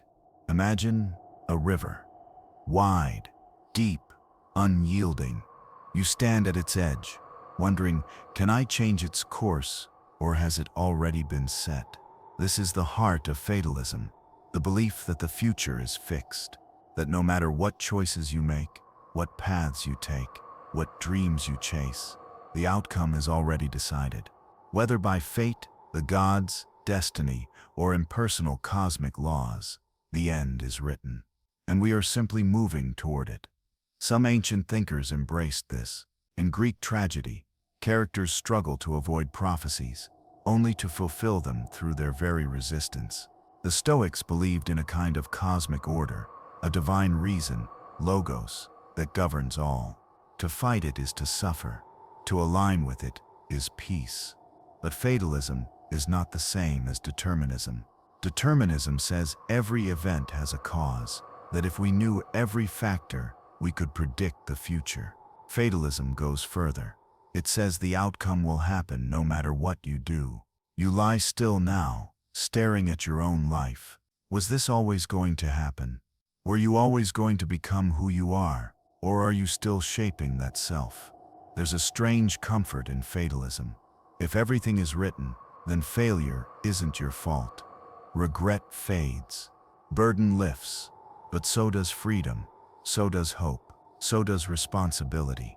Because if you believe the ending can't be changed, why try? And yet, something in you resists that. You feel the pull of choice, the quiet power of a moment. The truth that, even if the river is wide, you still choose how to swim. Maybe the future is a mix of fate and freedom. Maybe some paths are set, but the way you walk them is yours. And even if the destination is fixed, how you live, who you love, what you fight for, still matters. Because maybe the question isn't, can I change my fate, but can I live it fully, honestly, and awake, even if I can't know where it ends? Panpsychism is consciousness everywhere. Close your eyes. Feel the breath in your chest, the thoughts in your mind, the awareness behind your eyes. Now open them and ask, what if everything, stones, trees, oceans, stars, also holds some form of consciousness? This is the idea of panpsychism. Not that everything has a mind, not thoughts or feelings as we know them, but that everything contains a seed of experience. That consciousness is not exclusive to brains or biology, but a fundamental aspect of the universe, like space, like time, like mass. Panpsychism has ancient roots in early animist beliefs. Everything was alive. The river had a spirit. The mountain could listen. The wind could whisper. Modern science dismissed that as myth. But today, some philosophers and physicists return to the question, not as superstition, but as a serious response to a hard problem. Where does consciousness come from? We can describe the brain in exquisite detail, neurons, chemicals, circuits, but no one can explain how those physical processes create experience. Why does matter, at some point, begin to feel. Panpsychism answers. It always has. Even the smallest particle contains some flicker of awareness. Not a personality, but a perspective. Not intelligence, but interiority. You lie still now, staring at the ceiling. Could the atoms in this room hold echoes of awareness? Could the tree outside your window experience its own kind of stillness? If this were true, what would it change? Maybe you would feel less alone. Maybe the world would feel more sacred, more connected. You'd walk through the forest differently, speak more gently to the wind, touch the earth with care. Panpsychism doesn't claim that all things are alive, only that something stirs in all that exists. A shimmer beneath the surface, a mystery in the mundane, and maybe, just maybe, your consciousness is not a spark that rose from nothing, but the latest note in an ancient universal song.